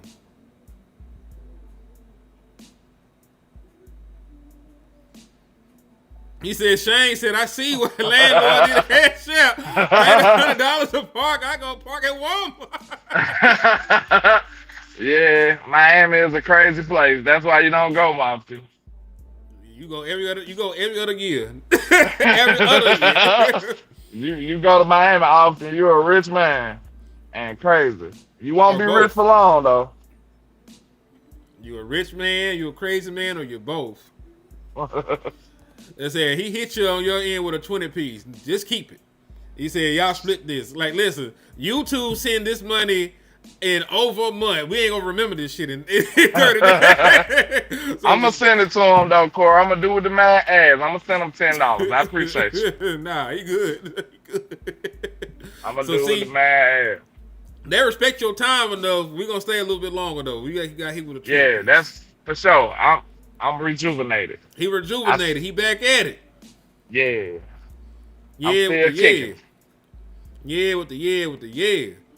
So man, we talk about things that need to happen. But listen, I'm gonna get messy since we got this 20 piece. We're gonna talk about something you like. Let's do it. What would have to happen for Shotty to be gone next year? Let's talk about all the good shit. We talking about, oh man, if this happened, we could be a playoff team. All right, let's say this nigga missed the playoffs next year. He gone. In my book, Yeah, out there. he would be dead to me. I'm like, bruh, shit. Y'all think I be trolling now? I ain't even serious talking shit about him. I would be dead ass then. Like, it'll be for real. Like, I'd be like, nigga, I'd be ready to battle anybody who talking differently. No lie. Like, I literally just be trolling right now. Because it annoys me that don't nobody blame him for shit. So that's why I just overcompensate for it. But next year, if it's a year like this again, shit.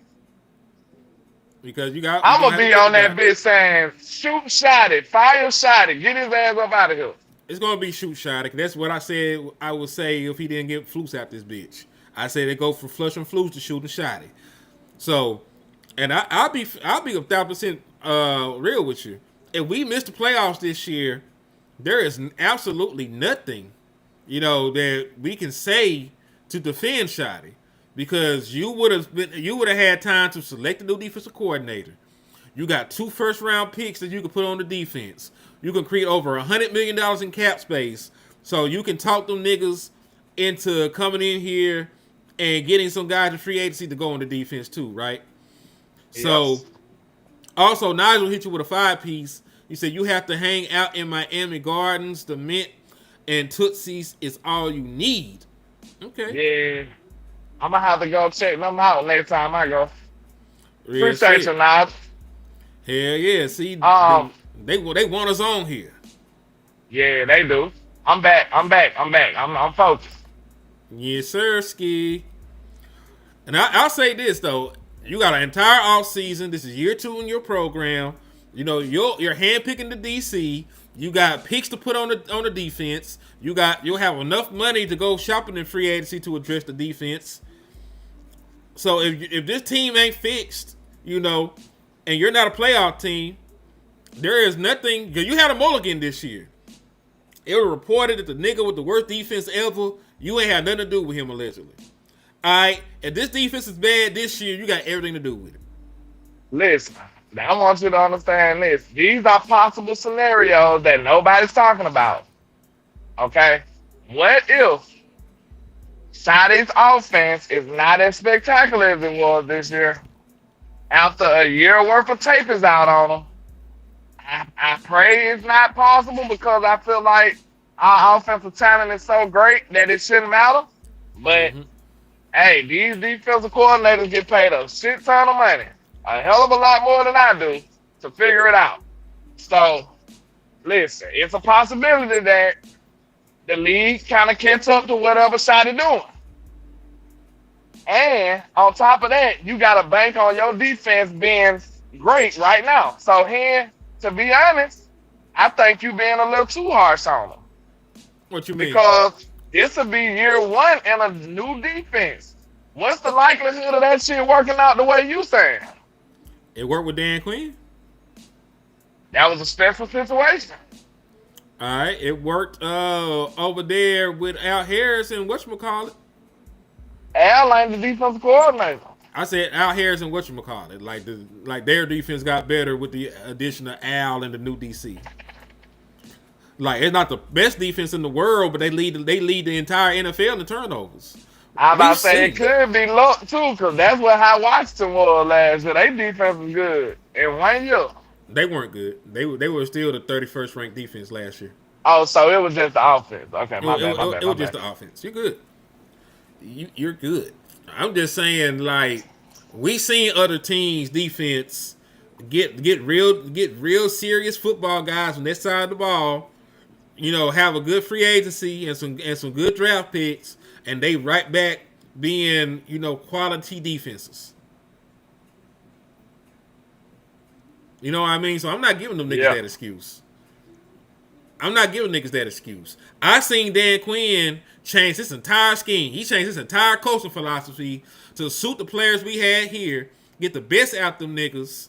You know, and they did get Michael Parsons in the first round, right? That's a great start. But them niggas didn't even know that Michael Parsons could rush the passer. They got lucky. That's some shit that Dan Quinn decided to do.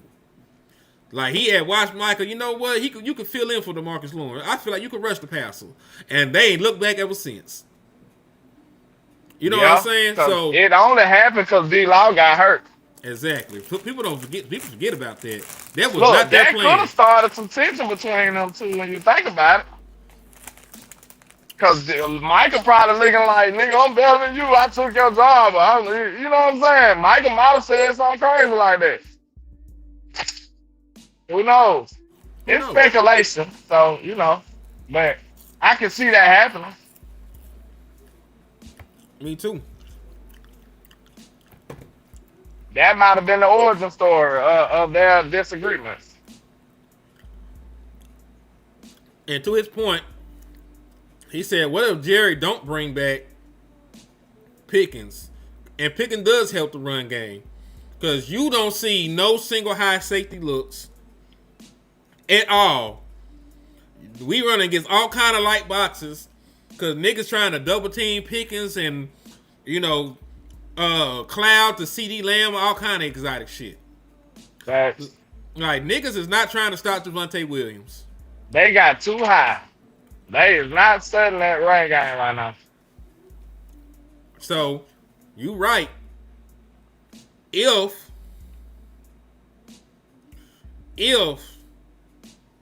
GP is not back, that completely changes the way the defenses play you. Completely. So this good ass play action game and run game we got, it might not be as effective with GP not here. So that is a valid question. But I'm still not giving niggas none of that. Because guess what? You can have the conversation with Jerry Jones like, listen, man. Because in a GP lead, there's other wide receivers in the, on the free agency market. Yeah, you might not be as good, but you still should be able to field a good offense. Like, if you lose this nigga, go get the boy from the Giants that just had 1,000 yards. Go get Alec Pierce, the big X receiver for the Colts. Do something. You know, I ain't accepting shit. You know what I'm saying? Like, you ain't accepting no regression from his offense. No, because Mike McCarthy's offense didn't regress. I want y'all to see this though. I want y'all to hear this. We expecting no regression from the offense, and we expecting top tier progression from the defense. Because hey y'all, listen. I don't know how likely this is. I know y'all don't want to hear this. Not from me, not from nobody, but the chances don't sound great. Now I say the same thing about Washington in their first year. They defied all the odds, but it wasn't real. That's the only thing. I'll say this. You're supposed to actually get better year one to year two offensively because you're just now in the scheme. Remember, like, Shotty was not calling plays when he was here with Mike. You were supposed to get better within the scheme and the system within the second year because you're more comfortable with it. You're supposed to be building on what you have. So year one is just year one. It's installing everything else. You are just adding new plays and new wrinkles and shit, upgrading your repertoire and, fine tuning, the basics year two in an offense. So it's not like you're starting from the ground up. You're building on and adding on. You're supposed to get better year two in an offensive scheme, especially when you have a veteran quarterback. I kind of view it similar to the a sophomore slump for a quarterback. Because, like, they got a year worth of tape on you now. You know what I'm saying? Like, you seen how Ryan kept trying to keep that mystery alive all the beginning of the first year, remember? I'm so vanilla. I'm not showing nobody nothing because he knows once those millionaire defensive coordinators get a hold to that shit, it's going to get more difficult. But, like, at the same time, if you really one of those guys and you got that sauce, you supposed to have counters for this. So, okay, boom. Not only are you scouting the defense, you should be scouting yourself. What do I tend to do in these situations? Oh, I usually do a slant right here. Okay, let's add a slant and go. You know what I'm saying? Okay, we usually do a toss right here. Okay, let's add a play action deep ball. Like, you got to have counters off of what your tendencies is. You got to figure out what you tend to do. You got to do some self-scouting and figure out counters for these defenses because that's what they're going to be doing. They're going to be trying to figure out what you did effectively and stop it. So now you got to be able to play off of those tendencies that you established. So it's still really no excuse to be bad, but I'm just saying I don't know if he'll still be as good. You should still be good, but I don't know if you're going to be as good. I agree. But don't you think that's what they're planning? Like, that's sort of why you expect the offense to be better in the second year. Self-scouting, because you got months before you got to premiere this offense again. They got niggas out here stealing plays. They got niggas doing self-scouting. They got guys adding wrinkles. They add formations. You get new personnel in the off season. So, like, that's why you usually expect the offense. I understand a quarterback, having a sophomore slump, but that's a singular person. Like, you can confuse a young quarterback because they haven't seen a lot of football. Like, folks know your tendencies, your weaknesses, yada, yada, yada, yada.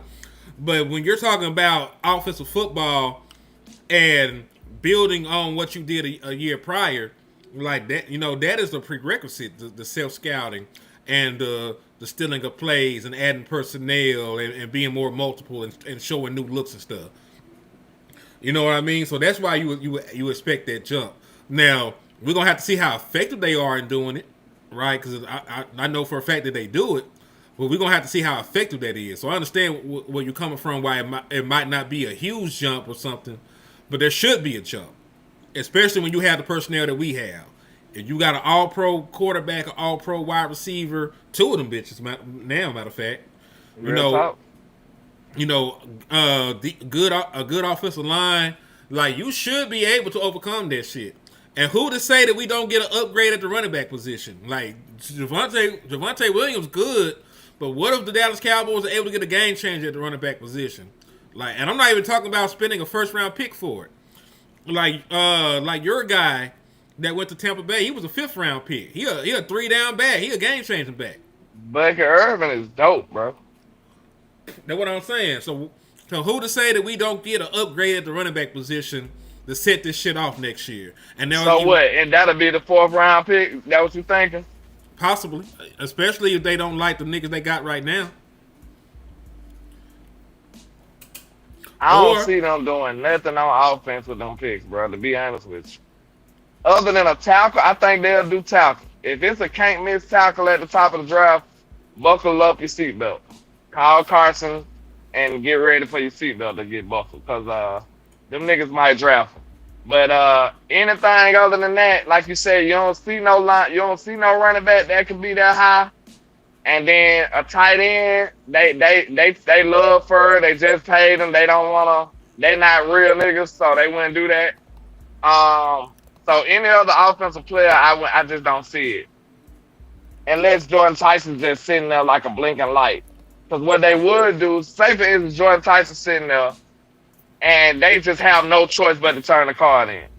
All right, what they could do is run with Jordan Tyson for a couple of years, or sign Pickens and let, like, you know what I'm saying? Let them overlap each other. It's possible. Yeah. And you can have Jordan Tyson in that CeeDee Lamb role. Just a young rookie with no obligations, just going crazy. Mm-hmm. And you'll fuck around and have 3,000-yard receivers. That'll be crazy. And then they still won't give Dak Prescott MVP because he got too many weapons. In that situation, though, it's no way they signing George, though. It'll be some crazy shit like they have to have signed George early and didn't know that Jordan Tyson was a possibility. Facts. That's the only way we'll be able to keep both. But they'll have to go in and get the deal done early, not drag it out and shit. Get that shit out the way so they can have the money for free agency and just haphazardly fall into Jordan Tyson. Like that would have to be what it happened. Don't think that's out of the realm of possibility. I'm really interested in seeing what's going to happen in this draft. Because, like, they diabolical, bro. And you know we don't draft to build, we draft to replace. So don't be surprised. We should be surprised by anything these Negroes do. Hold on, what did I do with my phone? I'm telling you right now, quarterback is not off the table. Wide receivers not off the table. Tackles not off the table. What else? Them three positions right there, them hoes are not off the table. Do not think I am not crazy. I'm telling you. If the right situation occurs, they will draft them positions in a heartbeat.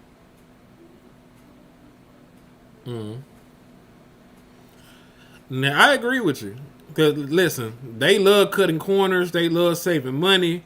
They love, getting bang for your buck deals and shit. That's why they always be doing this bullshit.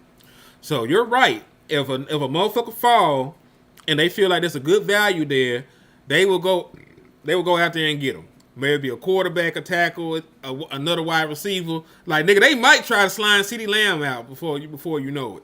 That's what I'm telling you. What if Mendoza's sitting there and they absolutely in love with him? Do you really believe Mendoza is not going to be the first overall pick after what you've seen? I'm just saying, bro. Stranger things that happen. Shout out to Will, Mike, and 11. Man, he said shout out to Will, Mike, and 11. I'm just saying. Hawkins High. You might have the best wide receiver ever coming out of Hawkins High. Who knows? Are you from the upside down? Yep. Shit. He said, I'm not flipping CeeDee Lamb. Listen, I'm not saying I would flip CeeDee Lamb. We talking about your front office. You can't trust a madman. You cannot trust a madman. These folks are sociopaths. Steven said, we basically just going down the possibilities of nefariousness your front office might indulge in. That's all we doing. Because remember, Steven, like he said at the press conference, he said, man, CeeDee Lamb was not the plan. But when CeeDee Lamb is sitting there, you draft CeeDee Lamb. Facts. Now, if you want to take that literal, you could have said, okay, if Jordan Tyson now, you know what I'm saying? We know he's not talking literal, but if you want to take it like that, hey, that's up to you. Mm-hmm. That is true as fuck. Now, let me see. You said, what's up, JV? Just hear me out. You quit in the playoffs, 2024, I heard. Drop problem, 2026, he's going to be rejuvenated. Because now he know. Now, listen, I didn't see the Lamb going to be fine this year. But I also don't even think that you have a way to get outside of that man's contract at this point. You know what I mean? I don't think that you have a way to even get out of his contract just yet. It'll still be like a year or two away before you can move CeeDee Lamb. Because remember, Amari Cooper had to play on that deal that he signed for 2 years before the Dallas Cowboys were able to move him. So I still think that there's time that we had to have CD Lamb and GP together. We keep GP.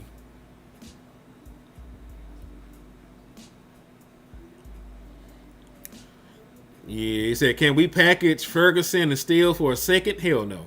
That would mean people want them niggas that bad. They don't want them I niggas so that do bad. that shit in a heartbeat. Yeah, in order to make a trade, both parties would have to agree to it.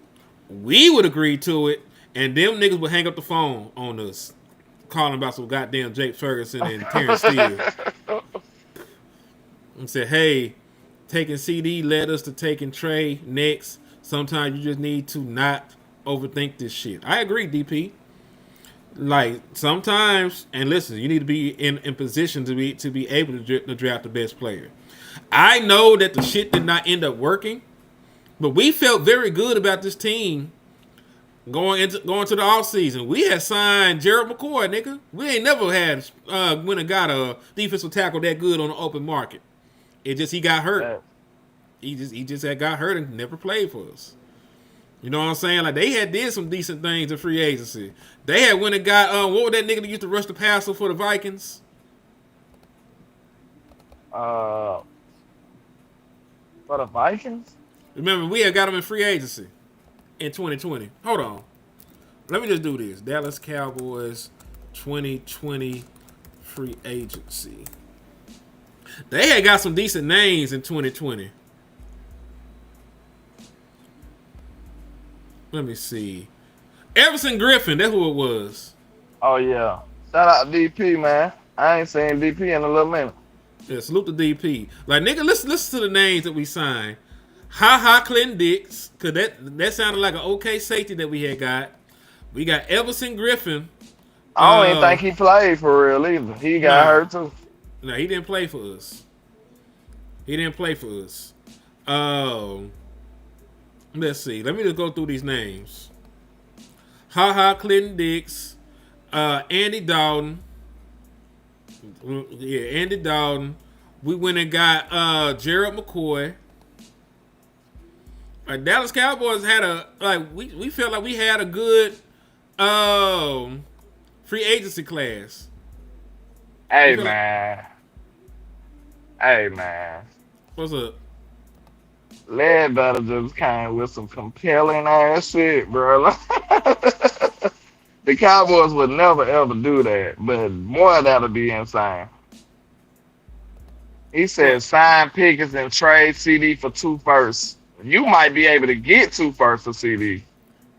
Ain't no ifs, ands, or buts about it. It's CD Lamb. If you can get 2 firsts for Michael, you can get 2 firsts for CD. Sir. Shit. But landlord, you'll be right back where you didn't want to be in 2024. That's 2 firsts though. All right, and they could be what? Lottery picks. You can sign Jordan Tyson. You can sign Jordan Tyson this year. Jordan Tyson's supposed to be a top 5 pick. I want y'all to remember that. We were talking about, just if he was there. I don't believe he'll be there because this nigga supposed to go top 5. So unless you're trading with the team that has the ability to give you a top 5 pick, you're not getting Jordan Tyson. Okay. Damn, that sounds good though. Yeah, you can get Jordan Tyson. You got a top 5 pick. Other than that, then no, you're not getting Jordan Tyson. You may not be able to get Cornell Tate, big ass. Cause this is not a big wide receiver class. Like you got two niggas that are sure first round picks. Denzel Boston, who's also a big wide receiver, but he ain't the same kind of nigga. He might be a late first, early second round pick, but I don't put him on the same ilk as the other two. So like, I understand what you're saying. Like it's enticing to get 2 first round picks. This something I want people to understand though. When you doing a trade, it gotta sting, bro. It's not gonna feel great. Like you're not finessing nobody to that degree, bro. You're not. Nigga, so when you get somebody traded, it gotta hurt. Go ahead. Somebody traded you Khair Elam. You talk about trade gotta sting. I'm talking about real trades, nigga. What we gave up to get him. A pack of Skittles, nigga. So it's not real. I'm talking about real I trades. wanted them Skittles, nigga. Well, you should have said something, nigga. I did. I said, I love this flavor. Was it the purple pack? If it was the purple pack, I'm with you. Well, yeah, it was the purple pack. Ah, shit. I ain't trading it. I think I was hurt. I shed tears. I shed real tears, nigga. No, for real though. I know what you mean though, nigga. I'm just playing. Yeah, it got to stand. I know what you mean. And you're right. Anything of substantial value is gonna hurt. Cause nigga, me and you almost stopped being friends behind the Michael Parsons trade. Yeah, I was talking crazy hell to him. I had to turn him up. No, I had to turn him back up. Him was off his rocker for a minute. Like, nigga, what the fuck you mean we done traded Michael? I said, nigga, you giving up, nigga? What? I gave that nigga like the most epic motivational speech ever. That nigga head was crashing out, boy. I wish y'all could have heard that shit. That was crazy. This is a crazy motherfucker. That's why some conversations gotta happen outside the ending. Y'all would have, they would have been walking away like landlord and he ain't beefing. Like they just don't know. We just crazy. We talk like this sometimes. All the goddamn time. You gotta tell niggas real sometime though, man. Yeah, you gotta keep it real. I got them. I was like, hey man, what the fuck you got? What you mean? Like that shit was crazy. That nigga head said the sky has fallen, nigga. It's not falling, it has failed. Nigga, it's over with. It's on top of us right now. I don't know how we still talking. Like, it's not fair, nigga. You said, imagine Dak on Indy or the Jags. Nigga, lose my shit. Especially the Jags, they gonna stick with Trevor till he die. They're not giving up on Trevor yet. If they lose in the first round, though, I'm just gonna tell you this. Because he didn't make an all-pro team. He wasn't in an MVP race. He's just like, you can get you a nigga.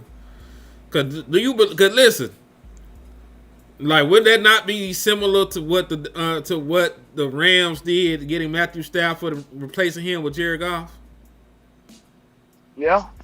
Because he may be older, but he a little bit colder. You know what I'm saying? Like, I'm not saying that Jared Goff was bad, because he's still like a Pro Bowl level quarterback right to this day. But that nigga ain't no fucking Matthew Stafford. What I just had to tell you, it gotta sting, and it's gonna be risky. If you doing some big shit, it's gotta sting and be risky.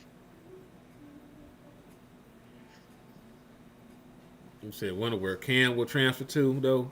Cam who? I said Cleveland will give you 3 and every quarterback on the roster. What about trading Dak for the first overall to draft Mendoza? Because you need more than one first. Yeah. Matter of fact, I'm not saying, because I think Dak is like the first overall pick though, man. That's hard to say, because like a first round pick wouldn't be enough, but would the very first pick be enough? Straight up for Dak? Like straight up, it's like the first overall pick for Dak Prescott. I feel like I got to get something back. Oh, yeah, big Cam Coleman from Auburn. I heard he was meeting with Alabama. I heard he might be coming to Bama, too. I'm interested to see that. I mean, y'all got that money. nigga calling Bama, that'll be crazy. Y'all have him and whatchamacallit, right? We still got a slew of receivers. Is Jerm coming out? Yeah, Jerm coming out. I think Jerm gonna be a great player, bro, on the low. Like, it ain't that flashy about him, but I guarantee you, he gonna end up just a very, very productive ass player. He might be like an Amon-Ra St. Brown. Like, you just can't put your finger on why he's successful, but he gonna be successful as hell. Watch what I tell you. Dak, Cleveland first round pick, and Myles Garrett. They're gonna want more from Myles Garrett. Like Myles, I don't know. Like, I don't think that would be enough. They wouldn't do it straight up. And then they giving us a first round pick too. They wouldn't do that. We'll have to do like a pick swap. You know, we might have to give them a second. I don't know, bro. I don't think that'll happen like that.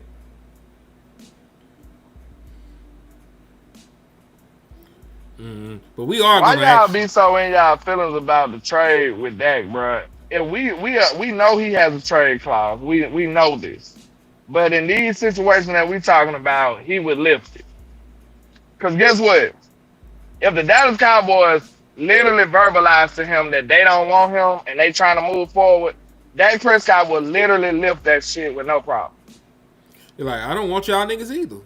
He probably badly here as it is. So think about that. Like, do you think that this is just the best life he can live in Dallas? Like, well, that could go somewhere else and flourish, like instantly. Damn, he asked the question that we weren't supposed to talk about. So let's talk about this shit real quick. Mm. Picking straight up for Crosby, would you do it? Damn, Probably. I gotta go. I'ma holler at y'all. My damn phone about to die. Damn, B Bird. Right? It's crazy how it lined up perfectly. Like, I'm just playing. Shit. Yes. Yes.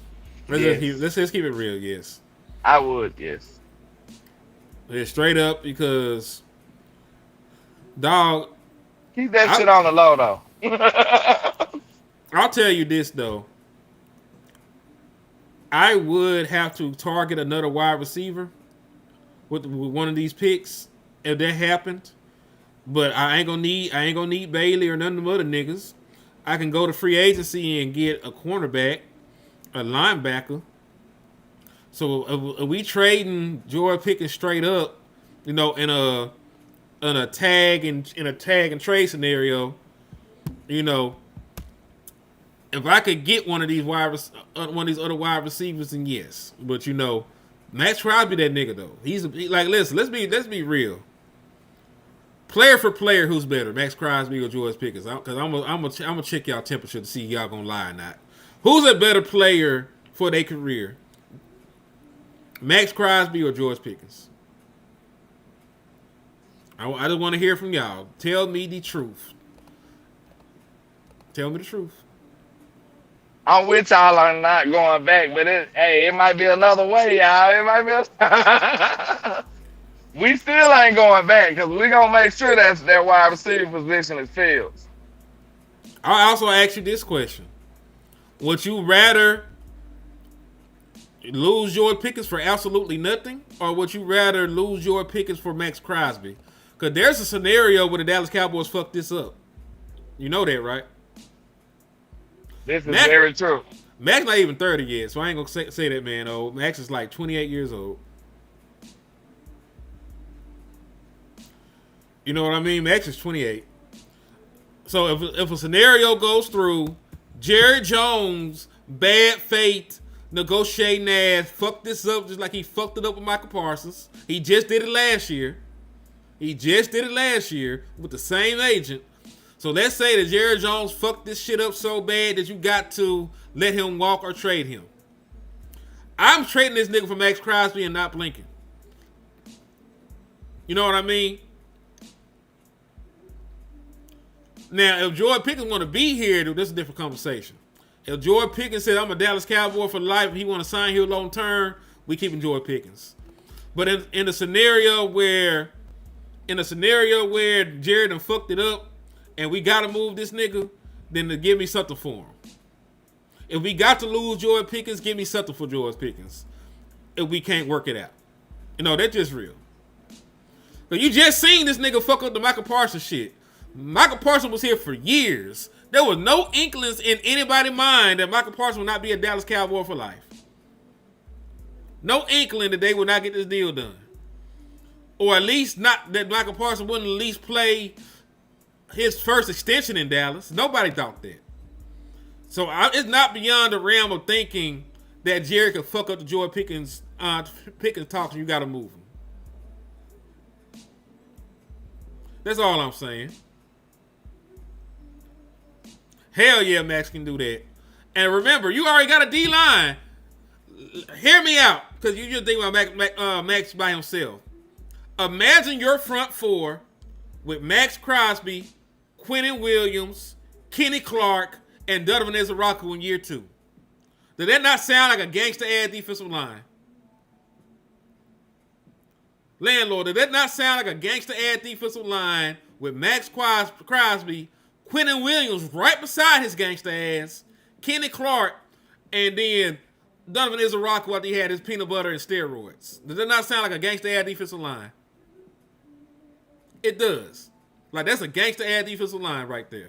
An all-pro pass rusher, an all-pro defensive tackle, a former Pro Bowl defensive tackle, and a dude that just had 15 sacks, at the collegiate level, not even a full year ago. Like, that's a gangster ass defensive line.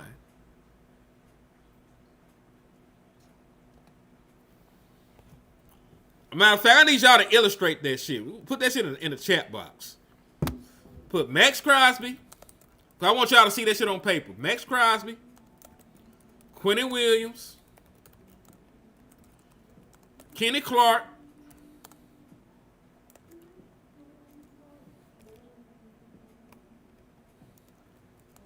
Donovan Izaraku. They look at that shit. They say, who played cornerback? We can get you a corner. Can I interest you in Tariq Woolen? Can I interest you in Jamel Dean? And listen, since you're trading George Pickens straight up for Max Crosby, you still got your 2 first-round picks. You'll get the 2 best corners in the draft. You get one of the best corners in the draft. You can say Mansour Delane. You can say Mansour Delane and healthy Siobhan Revel. You can say Avion Terrell and healthy Siobhan Revel. You can say Mansour Delane and Tariq Woolen. Because you can still sign somebody in free agency.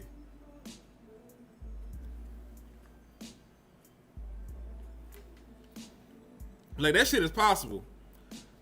But the prospect of having the best defensive line in the NFL, I might be able to get you over the hump. Because what did the Giants have when they won their 2 Super Bowls? They had the most gangster defensive line that you ever saw. They could realistically rush 4 and drop 7 in the coverage, and that shit would work. The shit that Eberflus was doing, it didn't work because you ain't had no goddamn gangsters on that defensive line like that. You ain't had no real edges that demanded double teams and shit. But if you put Max Crosby right beside Quentin Williams, they whooping ass in both the passing game and the running game. You ain't doing shit against that D-line. And then if you upgrade your secondary, Nathaniel. Yeah, then you upgrade your secondary on top of that. Nah, that's too gangster. Like, you gotta at least consider it.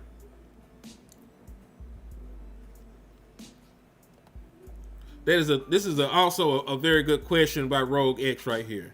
Salute to Donald Holmes in the building too, man, for the cash app. I appreciate you for helping keep the lights on inside the liquor store, man. Salute, my brother.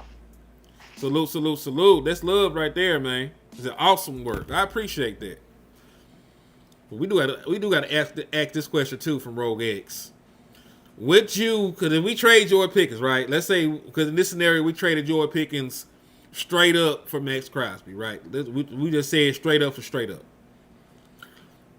Would you let Ryan Flournoy be your number 2, or would you go out and get you another wide receiver? I'm going to get me another wide receiver. That's fair. I like Flournoy, but that sounds too close to going back. So this is what I want y'all to know. Even though I'm willing to do that, I'm still not going back. So I'm giving some tender love and care to this situation. Like, I'm gonna make sure I take care of the wide receiver too. Like, I'm not gonna give you no little bullshit at 2. I'm still gonna make sure I dedicate some premium capital to get me a dope ass number 2. Alec Pierce. Like, that's a good name. Let's go to Alec Pierce. Same kind of wide receiver. That was the first guy I named. Mm-hmm. Yes, you did. So that's a good name. They'll be on the open market because you'll have to pay Alec Pierce, but you won't have to pay him George Pickens money. You know what I mean? You'll have to pay what the boy with the Giants that we like that run the good ass routes, 1,000 yards this year. Wendell. Yeah, you have to pay Wendell Robinson, But you ain't I'm got telling you paid. straight up, he's not an option for me. Like, listen, that nigga cold though. He is, but he's too little for me. See, this the thing. You've let Brandon Cooks scorn you. That's what happened. You let Brandon It Cooks sounds scorn too you. close to going back, bro. It sounds too close to going back to me. No. What was your boy out of Houston that you loved? That Tank Dell. All right. So if you had Healthy Tank Dell, you wouldn't take Healthy Tank Dell. Tank a little different, bro. You ain't seen a many niggas that was that explosive like that. Man, listen to me. One Dell is faster, and he's slightly bigger. He ain't as explosive as him. That man run a 4.3. That don't mean explosiveness and fast is two different things. Yeah, you seen One Dell run them routes, nigga? He ain't like Tank, bro. He ain't like Tank. I hate Tank ain't proved me right because he had a crazy ass life, but that nigga wrong, bro. Got That shot, man, got that hurt. man have been through everything. Shit. Like, goddamn. Can he catch a break? God damn. Like, I'm gonna tell you straight up, I enjoyed Tank Dell tape more than I enjoyed Bucket Irvin tape. And Bucket Irvin, both of their tapes was like fun as hell to watch. I had a great time watching their tape.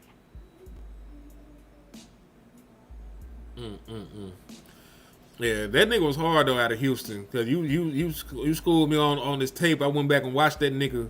That nigga was hard coming out of Houston. I ain't gonna lie. That nigga was doing everything. But I'm just saying, like, my point being, like, man, like, if you're a great wide receiver, like, that size shit don't matter. Like, I understand that Brandon Cooks, was a flying body catcher by the time that he got here. I'm scoring. No more locked doors. that's where it's at. But listen, I feel you. I like having a big ass target. I can just put the ball up. They ain't got to be 100% accurate. They go up and they make a play. Like, that shit is a great luxury. Yeah, that's a good luxury. Niggas can go out there and head top niggas and all kind of shit. But think about this. Think about how many times Dak threw the ball in Pickens' way in desperation, and you got a great result. Yeah. That shit happened all year. It happened all year. He's done that. He's done that plenty of times. So I'm not saying that I don't understand why you don't want to go to a smaller wide receiver. But man, if that nigga a gangster like that, if they can be 1,000-yard wide receiver over here and make plays and be explosive and shit, like I would give the niggas a flyer. To be honest, bro, I know I got PTSD because that's my mentality on any other position. If he a football player, he a football player. I like him. But in receiver, I'm a little, nah. I'm not going back. Brandon Cooks done fucked it up for everybody. You see that? Yeah, he did. He did. Not going back. I'll take a short receiver as a 3, but not a 2. That's my problem. As a 3, you cool. Not my 2. Hell no. He said the only reasonable option if Pickens walked is Jordan Tyson. Kind of remind me of Pickens when he was coming out of Georgia. The size just ain't there. Like, I know what they list Jordan Tyson at, but he is not that big. And when he comes to the combine, he is going to be about 6 feet even. Like, Jordan Tyson is not that big.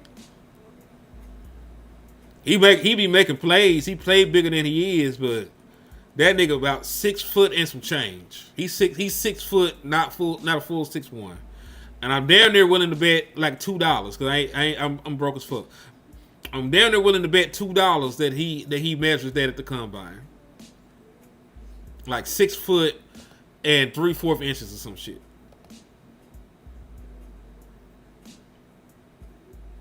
But I like Jordan Tyson. He's great. I just think Jordan Tyson ends up going in the top 5.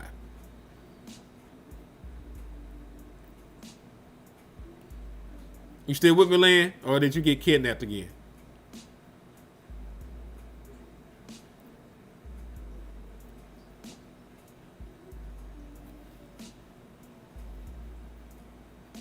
I'm here. I was about to Okay. say, if you held my feet to the fire and made me just say, okay, Pickens is not an option.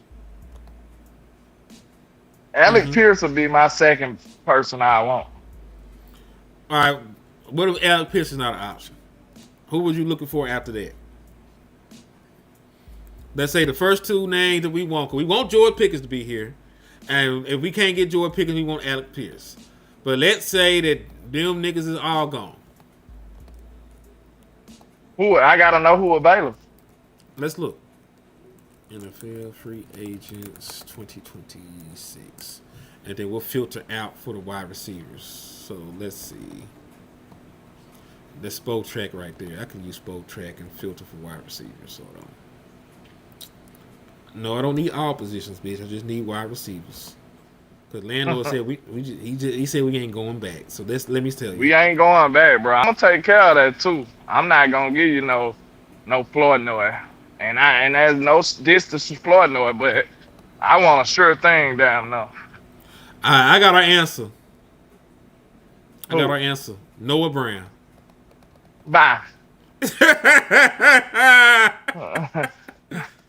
I would have slammed something on the table and said, "We not going back," and walked straight out of the meeting. We not going back. What Kamala at? We not going back. Romeo Dobbs. No. He good, but he ain't my cup of tea. He ain't good enough. Ooh, you tough crowd. Okay, let me get serious though. Hollywood Brown. No. Too old. Christian Kirk. No. Too hurt. Mike Evans.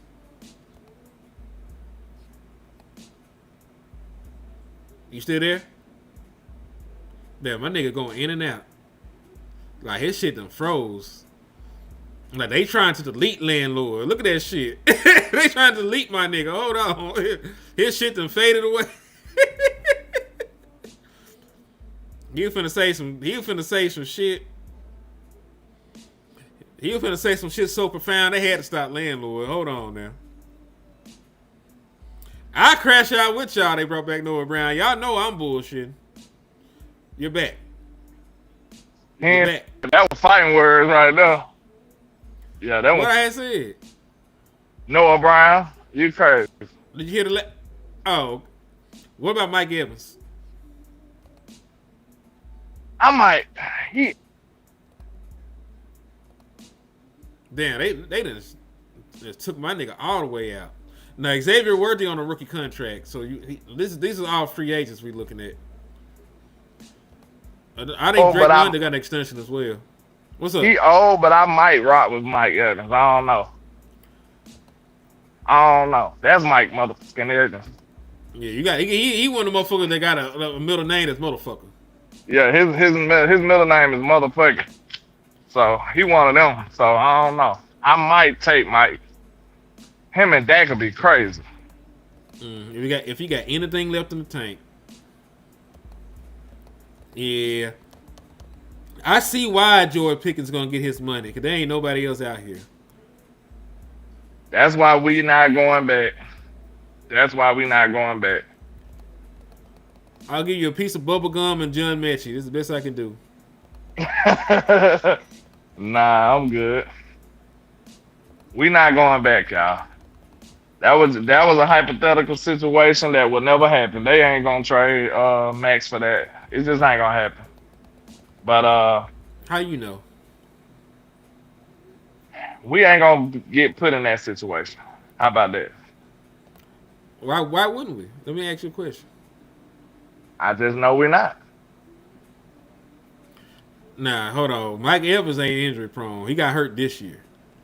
That man went over 1,000 yards for over a decade. You don't do that by being consistently hurt. He was hurt this year. He just old. That's the only knock I got on him. Mm-hmm. Yeah, he was hurt this year. I will give you that, but I can't say injury prone when he had 1,000 yards the first 11, 12 years of his career. Consistently. He one of them niggas. Mm-hmm. Boy, I would love to sign Kyle Pitts. Oh yeah, he is a free agent. But guess what? You're never going to get that nigga. I know. I already told myself that it ain't happening. He made all pro team this year, by the way. Salute to Kyle Pitts. He did? He did. Wow. All pro tight end Kyle Pitts, nigga. That's how you refer Everybody to him. talk crazy about Kyle Pitts all these years. Looks like the draft stuff was right. It just took a little time. Took a little time, but he had to shine. 928 yards and 5 touchdowns. That sound like a wide receiver damn near. Man. You know that's top tier for a tight end. That boy went crazy. Mm-hmm. With inconsistent quarterback play too, mind you. Yes, indeed. Yep, He figured it out, man. That sounds like he figured it out to me. Second team All-Pro tight end, Kyle Pitts. Kudos to They that said nigga. they got David and shit ready too for free agents. David and Joke, he is a free agent. And guess what? You're never gonna get it. Not this time. You're never gonna get it. You're never I hope he gonna don't get it. Hey. He ain't old day ass nigga. I hope he don't get it. He said, you ain't gonna get it. You ain't gonna get it. I hope he don't get it. Hope he don't get it. That was the most hateration ass comment ever. Man. And you gotta think about it. They just paid Jake Ferguson too. Like, boy, they said we got tight ends at home. them boys, they dust their hands off and said they done. It's over. Yeah, they're like, that's it. Like, hey, can I interest you in Spoon Maker? This nigga make spoons. Bruh, why is this man? Oh my God. He shouldn't even be on the team. Is he a free agent too, ain't he? Who? This is 4th year, ain't it? Nigga, that would mean that I kept track of this sorry ass nigga and I did not. So let me look. You went to the draft with him. Went with him, nigga. I went with you. Nah, you with him, nigga. I remember. That was 2023. So he's not a free agent. 2023, 2024, 2025. This is last year. Make that his last year. Yeah, so you ain't got to worry about the man no more. He said Pickens for Drake London and Kyle Pitts. If they do a tag and trade to keep him on the roster, then you could. I don't think they will because they like Drake London.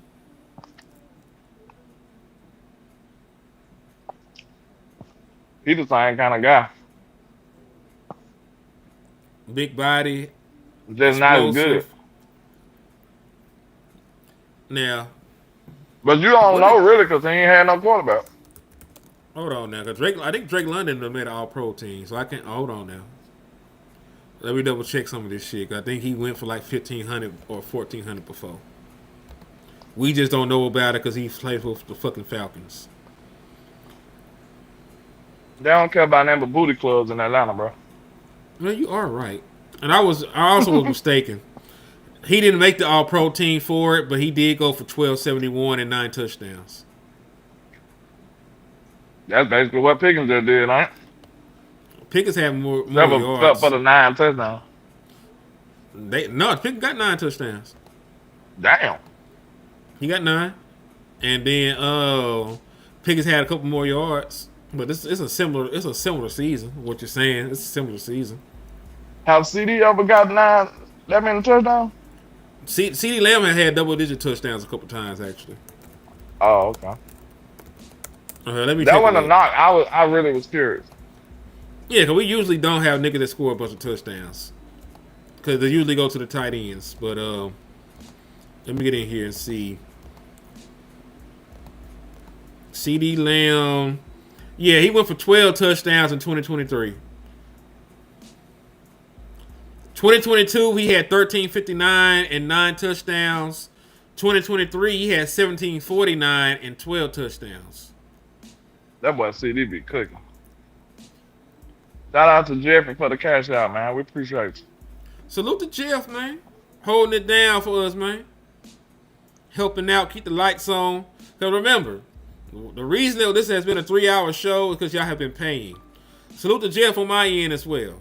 Because I have the mantra, man. If you pay, we will stay. If you send money on, we can keep having fun. Until, it gets unreasonable. We on this bitch, 24 hours, I might just have to let landlord go. It get to a full day, then, I let landlord go. Nah, I'm about to leave in a minute, nigga. It's 3 hours already.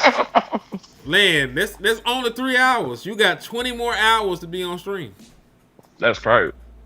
Like 20 more hours. Because listen, that's the problem now with these content creators. Y'all want to just get on stream for 40 minutes, an hour, 2 hours. Nigga, why you ain't on here your whole life? Why your whole life ain't on the stream, nigga?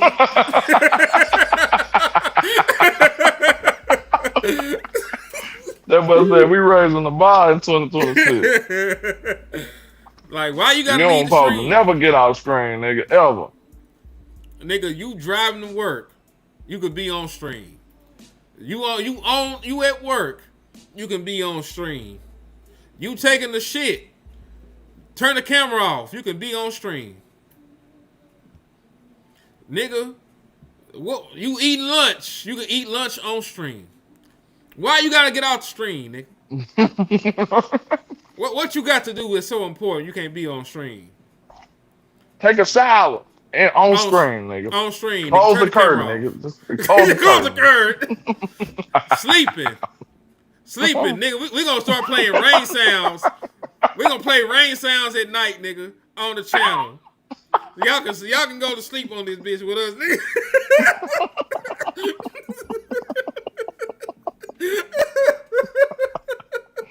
Bro, turn this into a white noise channel. Nigga, Hell no. from 10 o'clock to 3 o'clock in the morning, nigga, we playing white noise and rain sound, nigga. See, Nigel's driving right now. He watching stream while he driving. So why we can't drive and stream, landlord? That sounds like it's against the law, but still. It's worse than texting and driving. Worse than texting and driving. I'm up in this bitch from the wreck trying to put a presentation on this.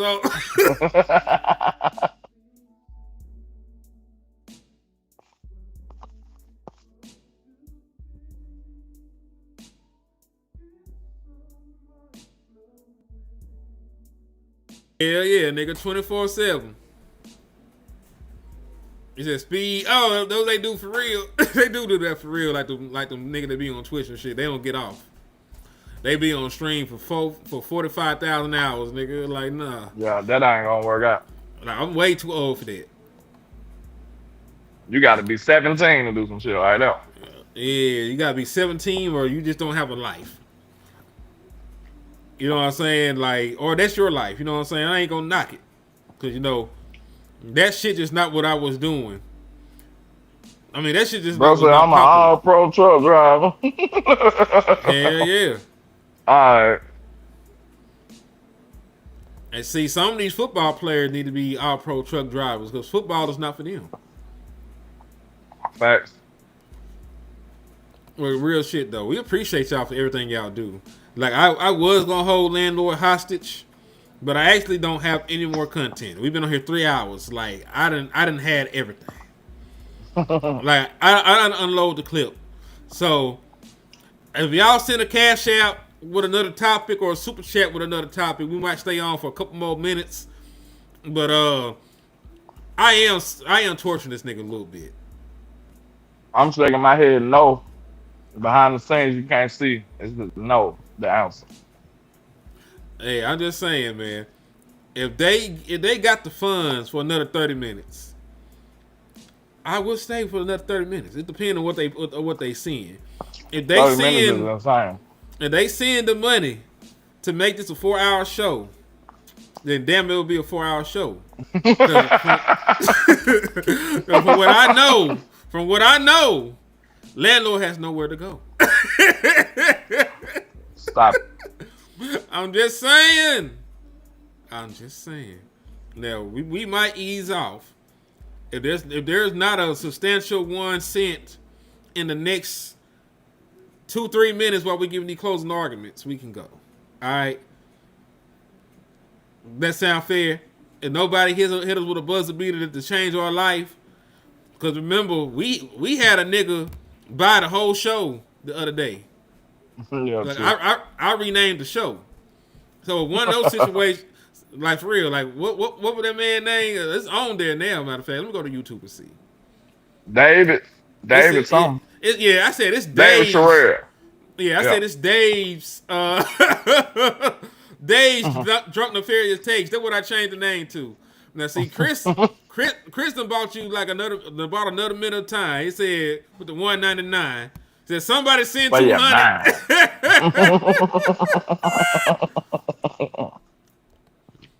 You good, Ledbetter? I ain't tripping.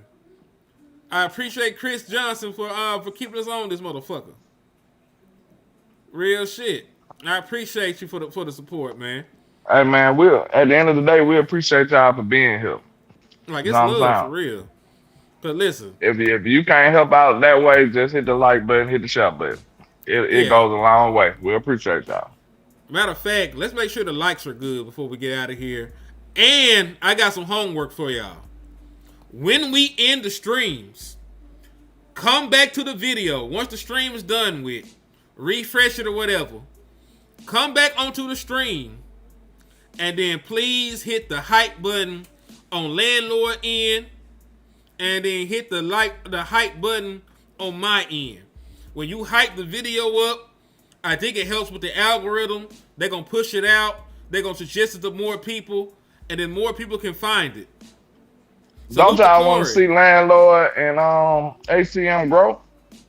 Of course. You know what I'm saying? Don't y'all want to see us grow? Hit the like button, hit the share button for the algorithm. Man, salute to Corey for the $5 super chat, man. I appreciate you. And Joe, I do remember, I don't know what happened to El Professor. I feel like El Professor like with the cartel or something. That nigga used to come, drop money, chill, and then dip for a little bit, and he spin the block. Yeah, I'm gonna have to check on El Professor. Hey, y'all seen El Professor? I wonder how bro been doing. But oh, wait. I do got one more thing, then we can get out of here. What is it? Corey hit somebody with a $5 super. Yeah, I put it up there. He hit me on my end with the $5 super. Oh, okay. Appreciate you, man. Salute to Corey, man. Salute to my brother.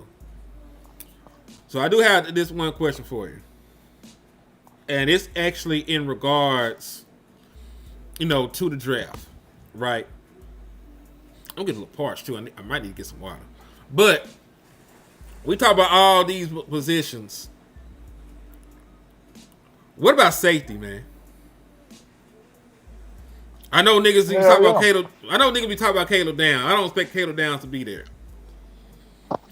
But man, why the fuck what the fuck are we gonna do about safety? Because you don't even have Donovan Wilson on the contract. Like, you're gonna have an entirely new starting box safety in this bitch next year, man. So like, what are we doing about safety? Is there anybody worth trading for? I ain't gonna lie, I really ain't concerned about box safety. I'm really more concerned about free safety, to be honest with you. I feel like box safety is something you can just find on the road somewhere. But a free safety, that's why I think you need to put your resources there. I'll also say this. Depending on the coverage you play, like some people don't have a true box safety. Some of them have two guys that can cover in the back end. So, like, if your defensive coordinator is trying to do match coverage principles and all this other exotic shit, B. Bird said Minka and a draft pick start next year. Hell yeah. As they should. I forgot. We need to be going out to Minka.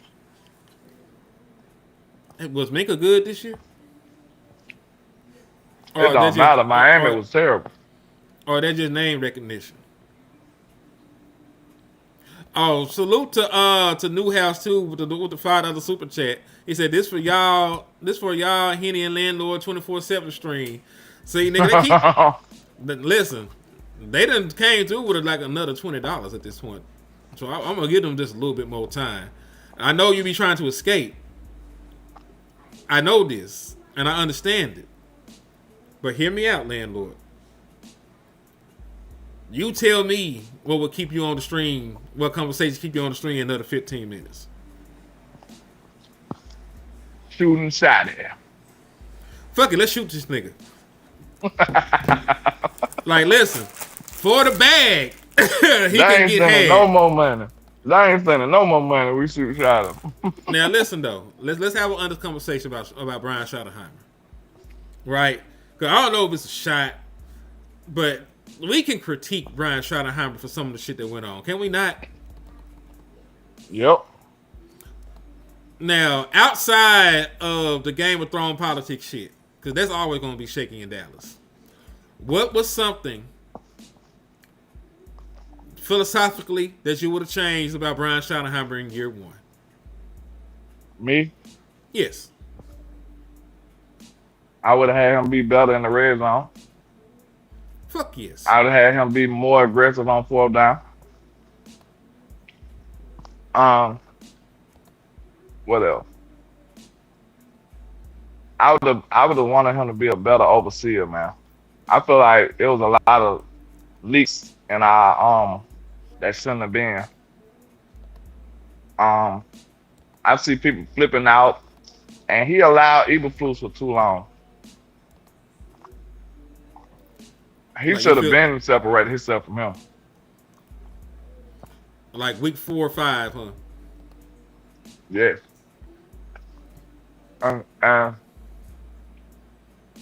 He did some of that favoritism shit too, but then nobody gonna talk about that. Who did he favor? Javonte and Miles Sanders. That is true. They did do favoritism with them. Because remember, one of the talking points that we had going into training camp, I didn't look at Javonte Williams like that. You know what I'm saying? Like I didn't see it like everybody else. Matter of fact, I don't think many people saw Javonte Williams being good. I think Boss was the only nigga that felt like Javonte Williams was worth a fuck before we actually seen him play and produce. Yeah, that caught me by surprise. Like me as well. You know what I'm saying? So at the time, I had a big problem with them not having a fair running back competition between the guys that we had. You know what I mean? Because I didn't feel like Javonte Williams had did enough to sit back and bubble wrap and be anointed the first running back. But the shit ended up working. You know what I'm saying? I think that's why nobody said it. That's the only reason nobody was gonna say that. Yeah, because it worked. Yeah, because if this shit had blew up in his face, I think more people would have been on his ass about the shit. Then because, he came out. I'm the biggest Javonte Williams fan. I'm the one that stood on the table for him. He had to say that. We're like, nigga, it was me. I did it. It was me, nigga. Give me the credit. Yeah, like Jerry wasn't on shit. It was all me. But I don't hear them that loud when it's talking about something bad though. Oh yeah, he be out there talking then like, man, in a football team, you need all three faces of the team to come together and play as one, play complementary football. And why do you do that? Well, you do that because he be doing that. So he say that shit. Why do we do that? Answer himself a question. Nigga know we go. He gonna make sure that he interview himself, nigga. Like they ain't gonna ask. Why am I dodging the question? Because I'm dodging the question because damn it, I don't want to explain none of this shit to y'all really, but I'm up here. Why I'm up here? Because of Jerry. You can talk like that forever. So keep asking yourself questions, man. We gonna get to the bottom of this shit together, man. If I was him, I would have did my final interview like that because I screwed up the whole season. I'm just asking myself questions until the time run out. But listen, everything you said is all my talking points on what I would change about Shotty going into 2026. You know what I'm saying? Like, you can't be that bad in the red zone with the weapons that you have. You can't be that scary on fourth down, knowing your defense is ass. You know, like your situational football gotta be that much better, man. Don't rely on the defense. Hell no. Like even if they better, you go win the game. You got that high powered offense. All your money's on the offensive side of the ball. Most of your first round picks is on the offensive side of the ball. Lean on your offense, Shotty. Like you're not the only one that's seeing these niggas be ass. Like the world see these niggas as ass. Act accordingly. Also, there was one other question. Go ahead. Do you think, because they asked this question, do you think Shotty should give up his play calling duties? That shit might help, to be honest, but I don't know who else will call plays. But they say Clay Allen don't do it.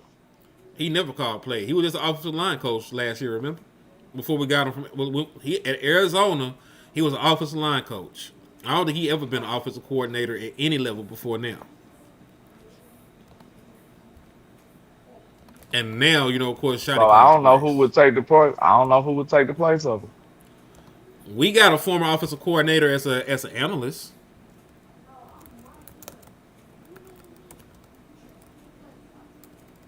What's my nigga name? Y'all let me know, because I forget his name every time. But he used to be the quarterback for the U when they won their championship in the early 2000s. He's on our staff right now. He used to work with Josh Allen and some other people. What's his name? Y'all let me know in the chat box. Y'all let me know in the chat box. We got a former offensive coordinator working as an offensive analyst for us, or passing game coordinators or some shit. Fuck. I just gotta Google it. Hold on. Cause this shit gonna bother me if I don't look into it. Cause he one of the niggas that's been doing a lot. Ken Dorsey, shit. There we go. Our passing game specialist, Ken Dorsey. Thank you, man. Ken Dorsey. If Shotty gave up play calling, it would probably be Ken Dorsey. Because Ken Dorsey did a lot to help in the development of Josh Allen and some other niggas around the league. So, like, I would trust Ken Dorsey to call the plays if Shotty, relieved it. So that would probably what it would have to be. Also, to Corey Point with the $2 super chat, he said, we can't score 30 and lose games. No. If you get to 30, you did enough, honestly. If you gave up 31, like, you should get stoned in the street if you give up 31 points. I'm sorry. Shame, like Game of Thrones. When she had to walk through the street, the church was had out of her stupid ass. Cause listen, I ain't actually seen that episode, but I seen that clip so many damn times. I feel like I watched it. And you doing yourself a disservice, sir. Real talk. Like, if we're gonna continue this partnership, you're gonna have to go watch Game of Thrones in its entirety, sir. Thank you. Listen, I will try. Like I don't have as much as I had. I'm at like the beginning of season 3. When I tell you that show is ridiculously epic, it's ridiculous, bro. It don't even make no sense. The GOAT show. Agree. I've heard, listen, what I've seen of Game of Thrones has been dope. But I be doing so much shit, man. I don't know. Cause it's not like I don't watch TV. It's just like every time I watch TV, I be watching other shit. Yeah, so you got to get back into it. I'm telling you, that shit worth it. That shit ridiculous. But I say this though, like now that football, Battle of the Bastards was crazy. Now that football is over with, I won't have as much. Like I'm still be making content, of course, but I don't have to spend time, breaking down teams every week that we're finna play and all this other shit. There's gonna be a downtime, in the off season where there's not a lot going on. I'll watch it in between that point. Everybody on the chat that didn't seen the show, rate Game of Thrones from 1 to 10. Rate Game of Thrones from 1 to 10. Cause to me, you know, it's the GOAT show. Now it's better than The Sopranos. Yes. That's high. That's high praise. I love The Sopranos. I I've don't seen watch. The Sopranos twice, so I'm not a noob just saying this. Yes, it's better. I love The Sopranos. That's my shit. My boy Corey said 10. Nigel said 7. Wee. Queso said 10. Newhouse said JV 8. said 8. I think it's a 10 piece. It's a dime.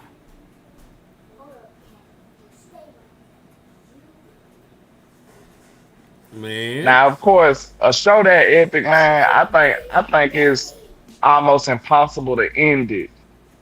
You know what I'm saying? I think it's almost impossible to end it. So you're not gonna be satisfied with the ending. That's what it is. A lot of people when happy about the ending. hmm a lot of people say they were disappointed in the ending, but you know.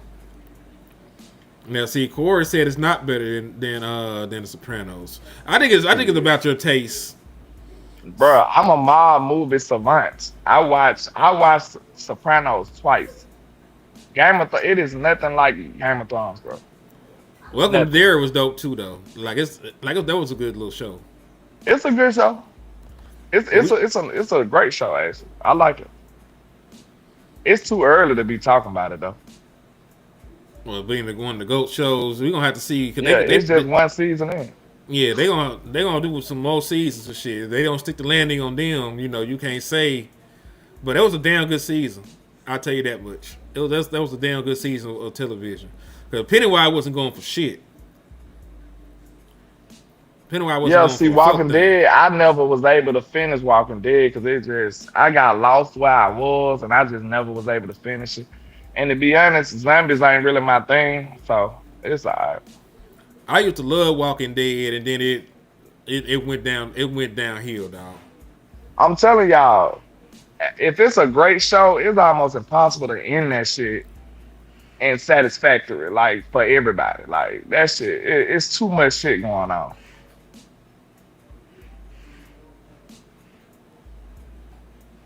Yeah, I love Sopranos. Like, yeah, listen, don't get it twisted.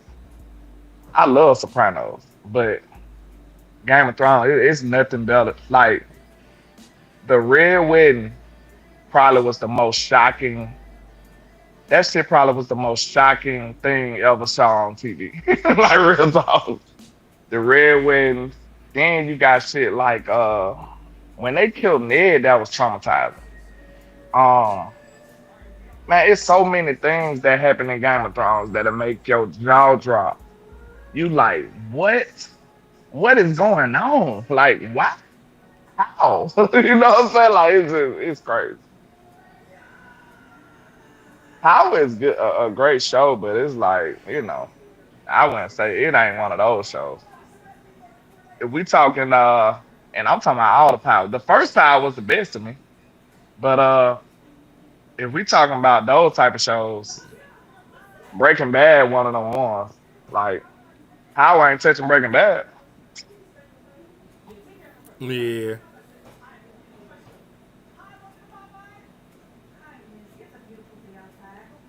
yeah, I agree.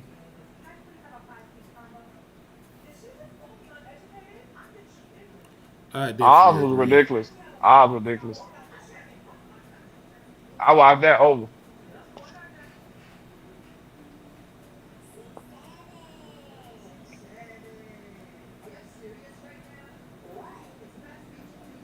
Nobody one of them one. I need to. You said X Files.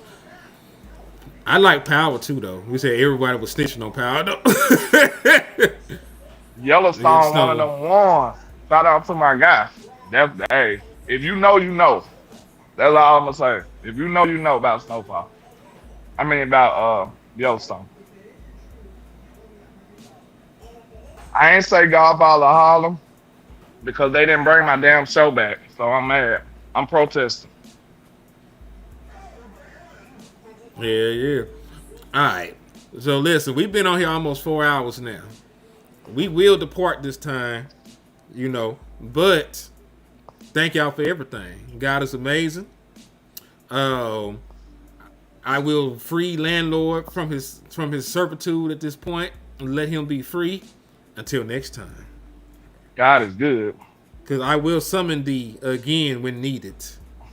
Will die, answer thy call.